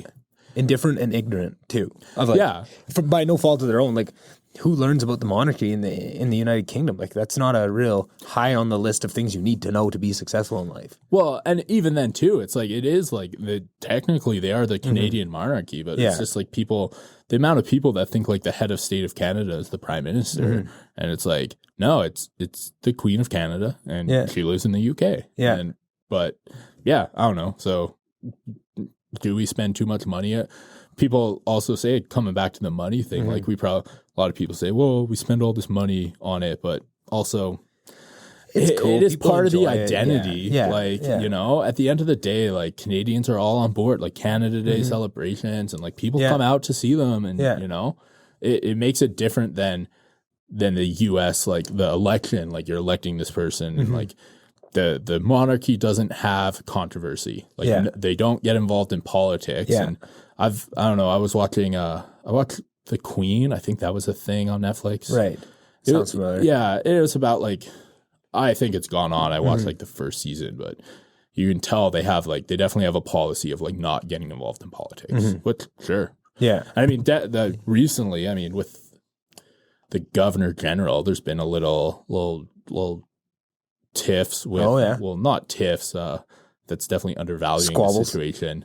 No, with just like workplace harassment. I don't know if that's the right word. Right. And so like some of that stuff's coming up again in the Canadian politic world. So I don't know, who knows? Yeah. But I do think it's part of like the national identity, and Canadian like indifference to certain things is shown there. Yeah. So one thing, and again, I don't know how long we've been going, so I want to make sure I get to this just in case. It's something I was definitely curious about. Kind of the first question I wanted to ask you, and I want to find the right way to ask this because I don't mean it in a mean way at all. I'm just definitely curious. I think you were one of the most capable people I've met in all my years, and that was something like through this process, that's why you were one of the first people I called when I knew I wanted to do this podcast. Even if you didn't have any idea about podcasting, I knew if I asked you for help, you would look it up and you'd figure it out, and you're very capable in that sense. But you also prefer to be behind the scenes a lot. Yeah. And I feel like, I'm just curious where that comes from, because I feel like you have the ability to be on the forefront. Like you could, I feel very confident you could start your own company tomorrow, be that Steve Jobs of Edmonton that starts whatever you wanted, and you could really kick some ass. And yet you prefer to be behind the scenes a bit, even though your capabilities you're behind the scenes by choice, and your abilities would not get you in any means. If you want to do anything, I think you'd be successful at it. But why do you choose that? Well, yeah, I mean, like, thank you. That's very, no problem. Very nice, generous of you. Yeah. I don't know. I mean, some of it is probably like confidence. Like I don't like self-image, confidence, stuff like that. For sure. I also just like, you know, sometimes I just like enjoy the grind of getting the things done. And for me, like especially in the events world, like you work with some people and like they can't wait to like be on the stage and like introduce the thing and all that sort of stuff. And, because that was never you. No, and it honestly, it kind of like, it isn't irk. It's not irk is the right word. It just makes me uncomfortable, I guess. I rather just like, for me, like events, especially special events, are like, it's not about me. It's about like, coming back to that thing of like people's experience and just people are coming out to have a good time. Like they're coming out to relax. You know, maybe they're spending up, they save to come out to the theater or something that night. And I just want like people to have a good time. Yeah. And so for me, I don't think that it's necessary or like I don't see any value add in like me being the center of attention there. And in fact, I think it takes away from my ability to get shit done because like, I don't know, award shows are a great example. Like we do when we throw some award shows around here. And like a lot of the events I do, most of the events I do now is like we're providing a service, like we're the venue, and it's like someone else. Like we were talking about that Andrew the show in the theater you came out to. Oh, Andrew Schultz. Yeah, Andrew Schultz. Represent. Yeah. I don't know why I blanked on his name, but stuff like that. So how that actually works is like I didn't book him, like just for laughs came to us and said, hey, can we book your venue? And then, so our venue provided like the platform for them to have that show sort of thing. Right. Yeah. And so like we do award shows in a similar vein where we're the venue, people are coming to us. It's nothing to do with the Students Union. I mean, one of the biggest award shows we do is to do with the Students Union, with different department. And what I see is a lot of times the people who are organizing it are also the people like the MCs, or they're going to be on stage, like giving praise and like, you know, thanking people for all their help. And like, we worked so hard to put this off. And what I notice is they miss details or things that are happening, or when we do the debriefs after the fact with them, there's these issues that came up and that they're annoyed and they think that it was detrimental to the experience, and they're usually right. And I kind of look at that sometimes and I say, I'm like, yeah, but I mean, you were on stage when this was going wrong, so like we just made a call.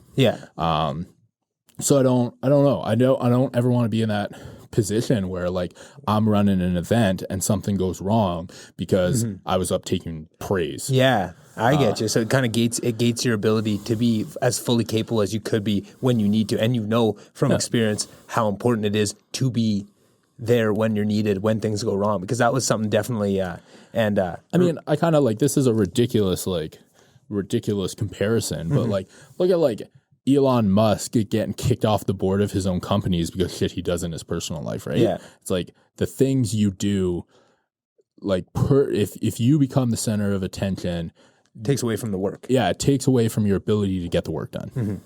Yeah. And definitely I have a couple more things I want to say on that I'll do, but remind me, I have an Andrew Schultz story for you about kind of another big reason why I started this podcast too. It's very fucking embarrassing, and I don't know if I've told it yet on the podcast, but I'll tell you. But yeah, there was definitely a lot of that rings true, and I feel like it's just I'm so curious about it just because it is something like I see a lot of the similarities between me and you and a lot of what we do, and I feel like if I was in that position, I don't know, maybe I'm wrong, maybe if I kind of saw the value add of being available all the time and not taking those things, but I maybe would arrive at this exact same place you did. But my instinct is that I would want a lot more praise personally if that was me. So it doesn't. So I'm just, that makes me curious about it too, right? About what it is too. Well, I mean, it also comes back to like that whole conversation about celebrating successes, right? Yeah. That for me, that doesn't do anything. Yeah. And so like personally, and also, I mean, there's also the big like asterisk / flag here that this all might just be like a defense mechanism because I like low self-image. But like I don't really, and that's probably more true than I want to admit. And same with me. Yeah. I hear you. Yeah, and that's kind of what I was created about. And I mean, the thing is, everybody has that, and that's always it plays different roles, and that's the only person that knows exactly what role it plays in that is you, right? And that was something that I had to realize in me is nobody else knows how much of these things that I am embarrassed about, like what part it plays. Like sometimes it's embarrassing because you know deep down, like, oh, that's a big reason behind it, but nobody else knows that shit, right? Yeah. But yeah, no, that was always something that was very apparent because I didn't know you all that well, but first year, I don't even remember how I met you in first year, but it must have been through Bill. Yeah, definitely drinking at Duke. Yeah, definitely drinking at Duke's. Yeah, I don't remember it. Yeah, and but my confidence level, like I'm at a 99% confidence level that it was drinking at Duke's. Oh, I think I remember it. There was some sort of night. It was the Duke's wins night. Oh my god. And no, because that was second year. No, Yeah, Duke's. it was something. It was the night that Champs was like announcing. It wasn't the night they closed. Yeah, because that was second year, I think. Because I think, like, I remember being in Champs with people from my floor in second year, right at the start of the year. But I think it was some sort of night. The Dukes was it was some sort of celebratory night with Dukes. And like I said, in our first year, nobody went to Dukes except Hendy in my first year. Like that was the only. Like, and Hendy is one of the towers at Lister. And we all have our little lived cultures. in Kelsey, and right? I lived in Kelsey Tower, and it was mortal enemies to the death at that time, right? Which was what was so shocking when I found I was going to be living in Hendy the next year. I almost fucking cried. Except, I mean, at least you weren't in Mackenzie. Exactly. I think both towers can agree that they were worse. Don't even bring that up. That scares me. I had a hot flash just thinking about that possibility. Ooh. Yeah. And I know Cuggy has been on the podcast a couple times. He hates when I chirp Mac on here because he was a big Mackenzie guy, but.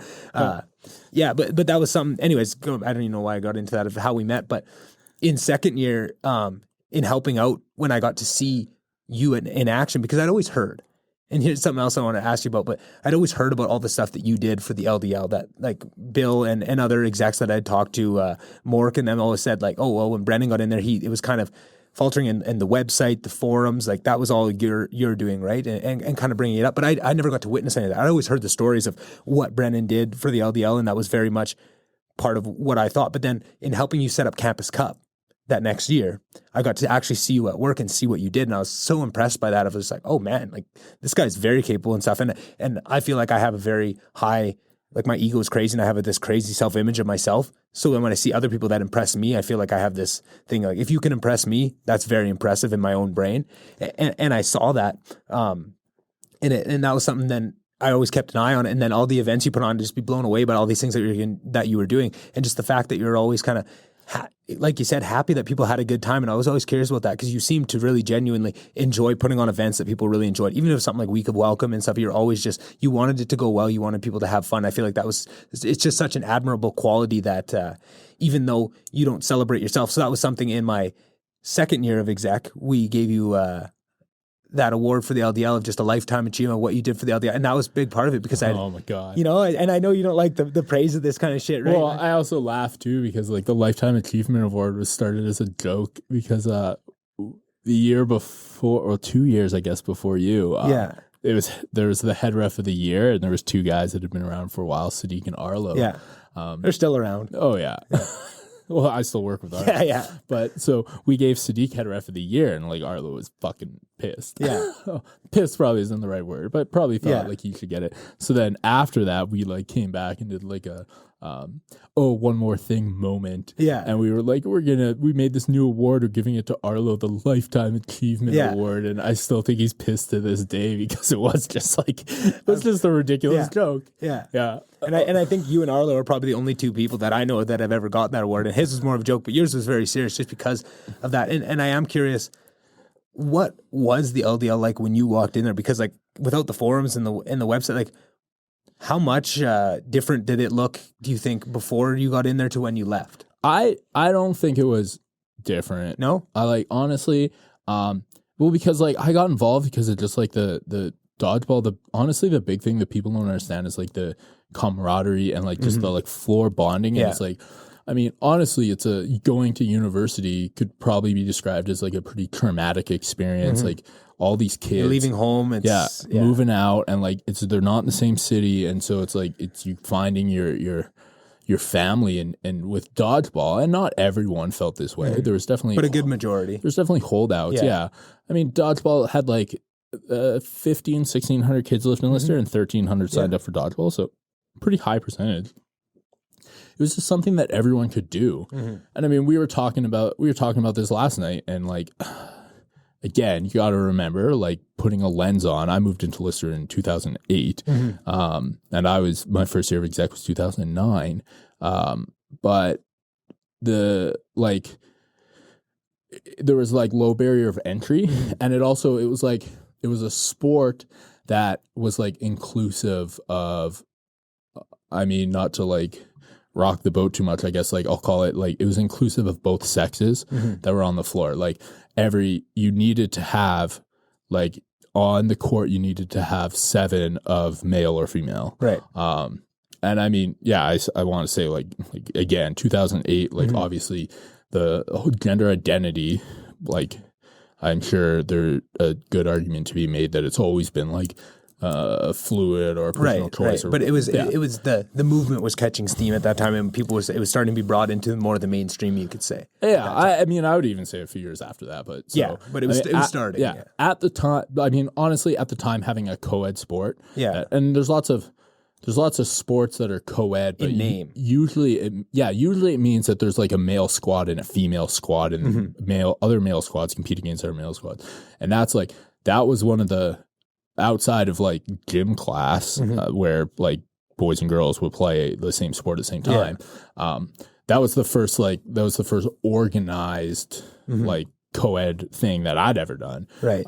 So yeah, what I'm saying is like it was designed to be inclusive, and there have definitely been like controversies over the year of it like not like. Yeah, there's all stars like obviously elevate certain people above other people, but at the end of the day, like people always find their like niche, and there's people that are terrible at dodgeball, but they would come out to every game and cheer for their team on the side or like sit on the bench, and or there'd be comic relief out there. Like there's always one guy on each team that was just fun to watch. Just was out there being a goofball and like having fun. I was that guy a lot of the time in the later years. Once my shoulder was out, I was just out there goofing around, like trying to make people laugh. Right. Oh, and I was never like good at the sport. Yeah. Like I never made All Stars as like a player. I made it as like a manager. More important anyway.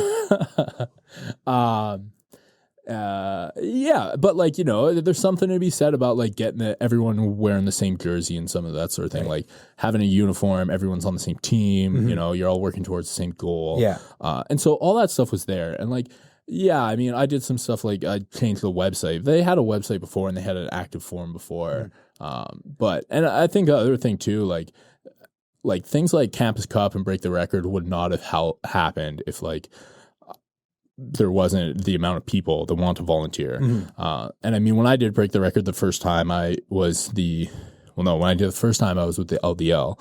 And when I did it the second time, I was the only student staff for the Students' Union in the events business. But I remember like the first Break the Record, we had 20 refs for the 1,200 people. Yeah. And then the next year we had 100 for 2,000. So like those things did not increase to scale. Yeah. But yeah, there was those 20 people. Like I have a photo with me and those 19 folks, like because it wouldn't have been possible without any of them. Yeah. And like Campus Cup, like it wouldn't have been possible without like you and like you bring in everyone from the LDL to like help out all the with head that refs sort of and all stuff. my buddies and stuff. Oh yeah.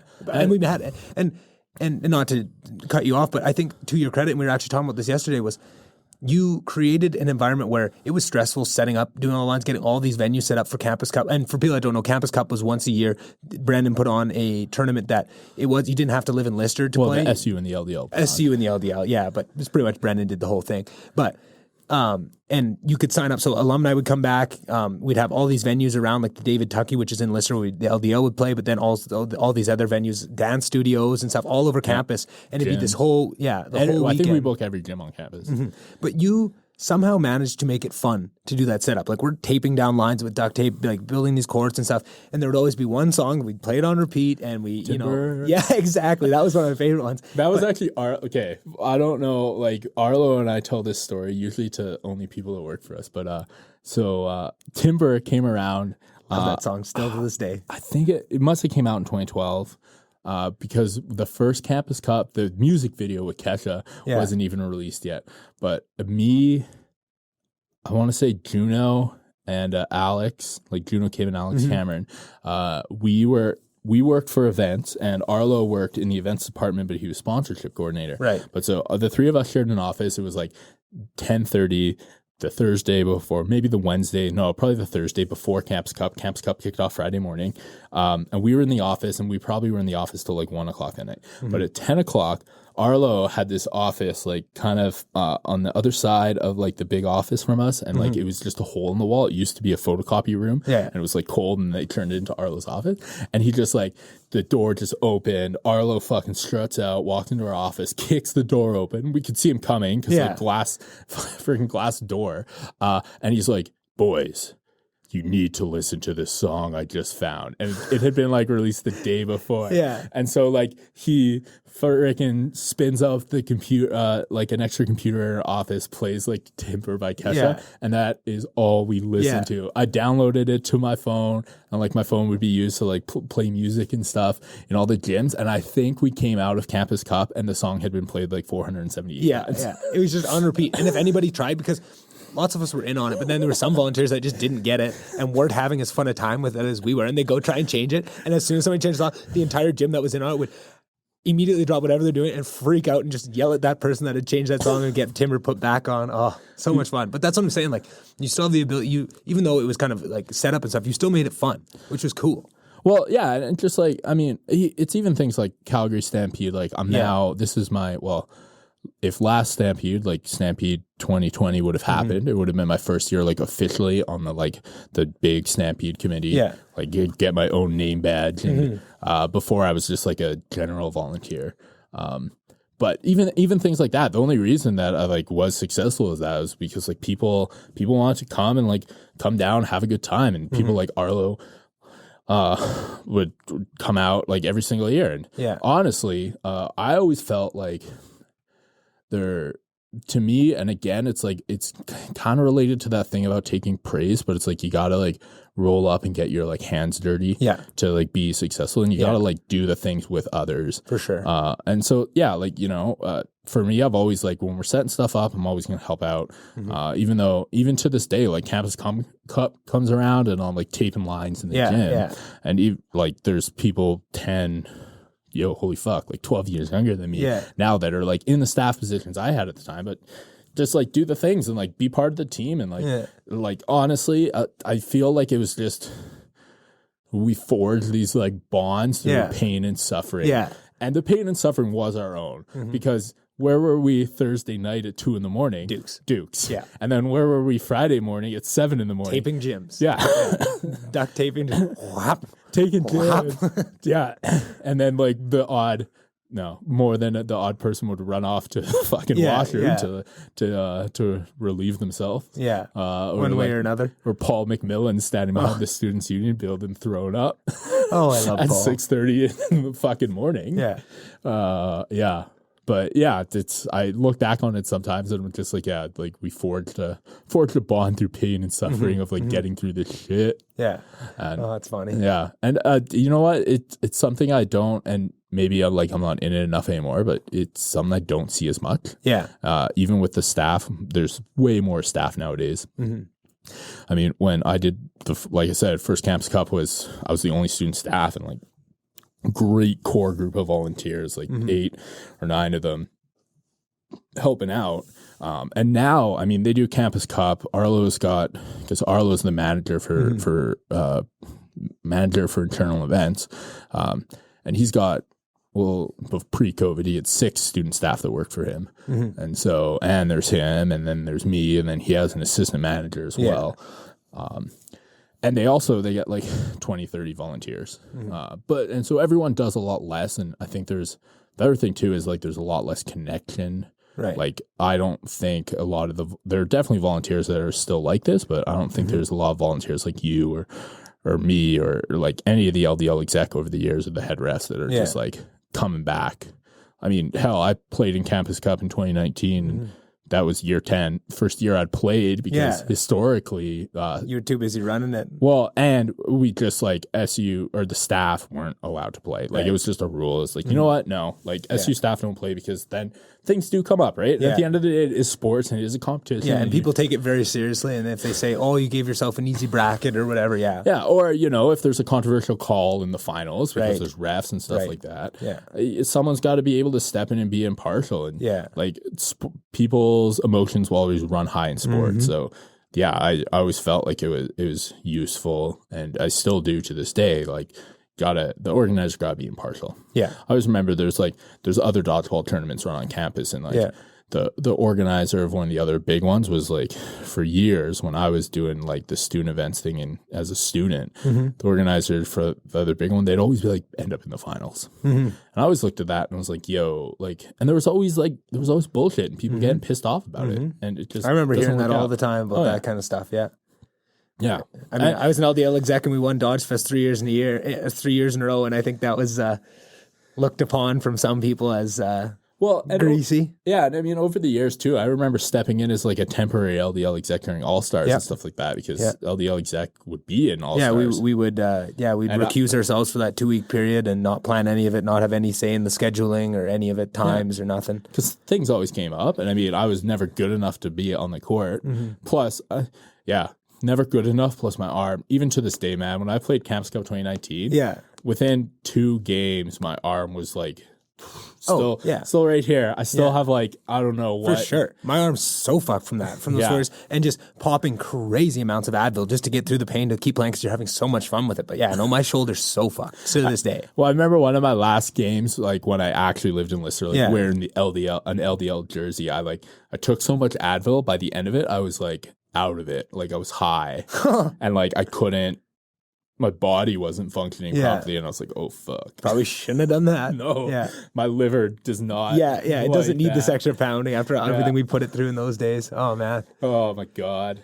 Okay, well, I'll maybe tell you the last story just because Andrew Schultz, we already talked about him wearing the shirt, and it's fucking, I don't know, I feel like I was eventually going to tell this story. But so when COVID kicked off, I was really in a dark place just because like work was really stressful, all this stuff, but I just felt like I wasn't doing anything for me, and I hadn't started the podcast. The idea in my head was kind of there, but I didn't want to admit to it, right? And like I've told you, and I've said this on the podcast a million times, I think of all these kind of cockamamie schemes for getting a podcast started, and all that I'd ever heard, because someone like probably 90% of the podcasts I listen to are all stand-up comedy because I love comedy and that's what I want. But I've always had I've always wanted to try stand-up, and that was something I'd set my sights on. I was thinking like, you know what? This COVID, like as soon as this stuff, because at the start we thought, everything was going to go away rather quickly. So I thought, as soon as this is over, I'm going to stand-up comedy. I'm going to try an open mic and all this stuff. So I started, writing down all my bits and really keeping track of it and stuff. And I was getting really fired up with it. And then Andrew Schultz started, because he couldn't perform, he started this thing called, I can't remember, it was like Corona Idol or COVID's Got Talent or something. And it was just on Instagram Live, and he would just put it on, and he would, you can bring people in and you'd have to do a talent. So for 2 weeks, I got obsessed with this. I'd watch every day and I would request to be on wherever I was. If I was at work, I'd just think of things like, I'm going to have to do this to get on. Like one time I was running, I'm like, fuck, if he gets on, I'm just going to go tarps off and jump in the snow or something. Like just do something crazy. Just like I was so desperate to try and just get a kickstart. And like looking back on it now, it's so funny to think all this stuff and just how silly it was. But one day, I just, the day before, I was just fucking around with my guitar and made this cover of Closing Time by Semisonic or whoever sings that. But it was like COVID time. Yeah. And like just changed up the words. Like honestly, did it in 5 minutes. Like just learned the chord progression, just sang it out in 5 minutes. And I had it recorded and I put the video up. And I was thinking like, oh, well, if when it starts up this time, like I'll just play that song, right? Like I'll have time. So I knew he was starting at, just call it 5 o'clock. So I'm there, I'm ready. I opened my laptop and put my phone down on it and join the live and hit request. I'm like, all right, start up, first one, and I see it pop up. and all he had said like on the thing, and a couple thousand people watching, right? And I'm like, fuck, and man, I'd be so freaking scared. Oh yeah, I choked hard, man, hard. So I'm fucking like throat closes up, like immediate sweats, and like all he like the whole time I've been watching this for weeks, and all he said like is just be ready, don't fuck around, like just be, if you get on, if we click you, be ready. But never was I ever thought I'd be the first one, right? So I'm so nervous. So I run, grab my guitar, and like I'm so nervous, and I have it up on my computer screen, but it's so small, and I couldn't read it, and I was trying to do it, and I choked so hard, and I just like. Oh, it was the most embarrassing thing I've ever happened in my entire life. And they're just roasting, right? Because that's what they do. Like, come on, even if you suck, they're just, and I know I deserve it and I can't read it. I'm doing this, like trying to squint at my little screen. And like, there's probably a record of it. So I hope there's not, but it's like the most embarrassing moment of my entire life, just in front of thousands of people, just absolutely eating a bag of dog shit. Like, oh, I fucking hate it. And after that moment, like, I was like, I think it might have been like that weekend I decided to start the podcast that weekend, just out of that pure embarrassment of just like, fuck, like I got to do it, but it's just the worst moment of all time. Oh, I just like I had so much build up and I just choked so hard and man, that.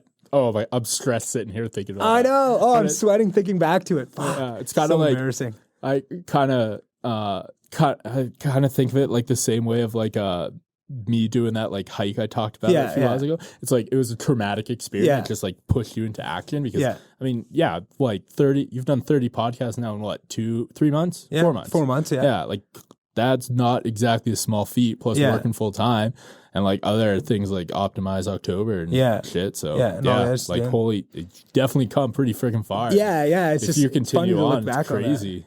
Awesome. Well, yeah, no, I appreciate that, and I think I really appreciate when people, just because I'm so bad at saying that to myself, I do appreciate when other people say it. You know, I need that little, you know, look at what you've done, kind of pat on the back. So I appreciate that, and thanks again. I know I said at the start for all your help with everything. You've been helping me out with setting this up to give me a chance to see what it's like to be in a big boy studio and actually, you know, record an episode. Happy to do it. Yeah, no, and getting everything up on YouTube and all the help you've been giving me with that, and some of the other ideas that I ran by you yesterday that you're open to, you know, give me some pointers on. Yeah, no, it's you've helped me a lot throughout the years with just the little things of getting me into the LDL, and you know, helped me along the way whenever I needed help. You're always there, and I really appreciate it.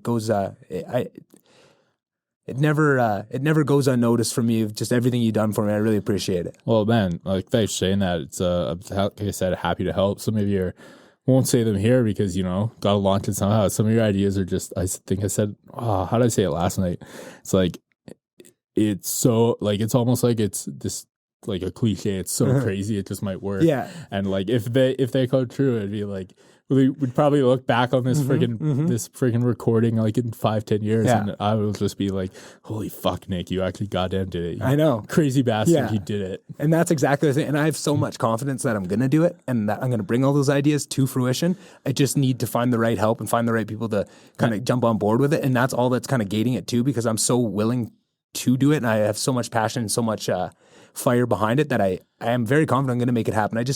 It's hard to take, unless someone like someone like you, I'm comfortable enough to tell you those ideas, but it's very hard for me. I've only told a couple people some of those bigger, crazier ideas. And even through this podcast, I already remember 2 or 3 more that I didn't tell you about yesterday that I still want to run by you. And some of them, I'm definitely going to need your help because there's going to be a lot of moving pieces to some of those. And I need your expertise on some of the live events and that kind of stuff. But I mean, I think some of the stuff you said too, it's just like, some of it, you just like, you need the passion and like definitely your passion for it like comes through. Even just like listening, I mean, like posting all the videos to YouTube, like the biggest thing I listen to is like your intros and your outros. And just like the passion that you have for it, I 100% believe you can do it. Well, so I appreciate it. I appreciate it. Best of luck, and I'm happy to like kind of be along for the ride and give you the kick you need to get you there. Because holy shit, it'd be great. Awesome. Appreciate it. Well, thanks again, brother. That was so much fun, and we'll be doing it again soon, I'm sure. Absolutely, man. Awesome. Like I said, happy to be here. Fucking right. Yeah. Awesome. Thanks, Brennan. All right, what an episode. I hope you guys enjoyed that just as much as I enjoyed recording it. If you did, please tell a friend. Something my dad's been doing that makes me really fucking laugh is anytime he knows someone quite well. I mean, don't do this to strangers, but if it's someone you know and you can get away with it, he's just been signing into their, going on their phone and subscribing to the podcast on on whatever apps they have there, and you can do that. Someone signed into YouTube, sign them up for this, or just do it the normal way, like a normal human, and just tell them about it. Word of mouth is really how these things grow. So if you could do that, I really appreciate it.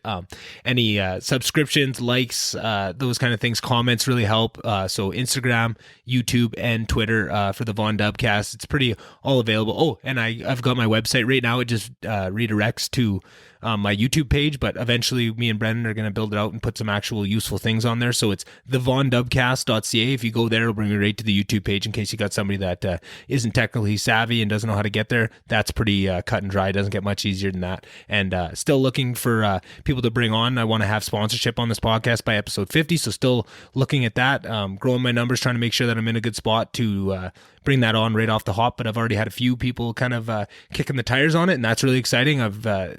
Lets my creative juices get flowing and figure out the best ways to make sure whatever I'm advertising for, I'm going to make it really successful, make sure they get a lot more out of it than what they thought for the money they put down. And doesn't need to be the moon. It could be, $5, and I'll just more as a proof of concept is what I'm looking for at this point, is just to show people, even on a small scale, that if you do advertise with this podcast, you're going to see some really good results right off the hop. So yeah, that's what's on the plate. There's some other big ideas coming, and thanks again. This is amazing. I love doing this every week. Some of these things get tedious, but the better I get at it, the more help I get, the more I'm just enjoying the content, and I'm hoping it feels like I'm getting a little bit more used to it and a little more natural on the mic, and I hope that comes through to you guys, and I just will keep getting better and make sure that by episode 132, I'll be really rocking the show. So awesome. Thank you guys so much, and I'll see you next week.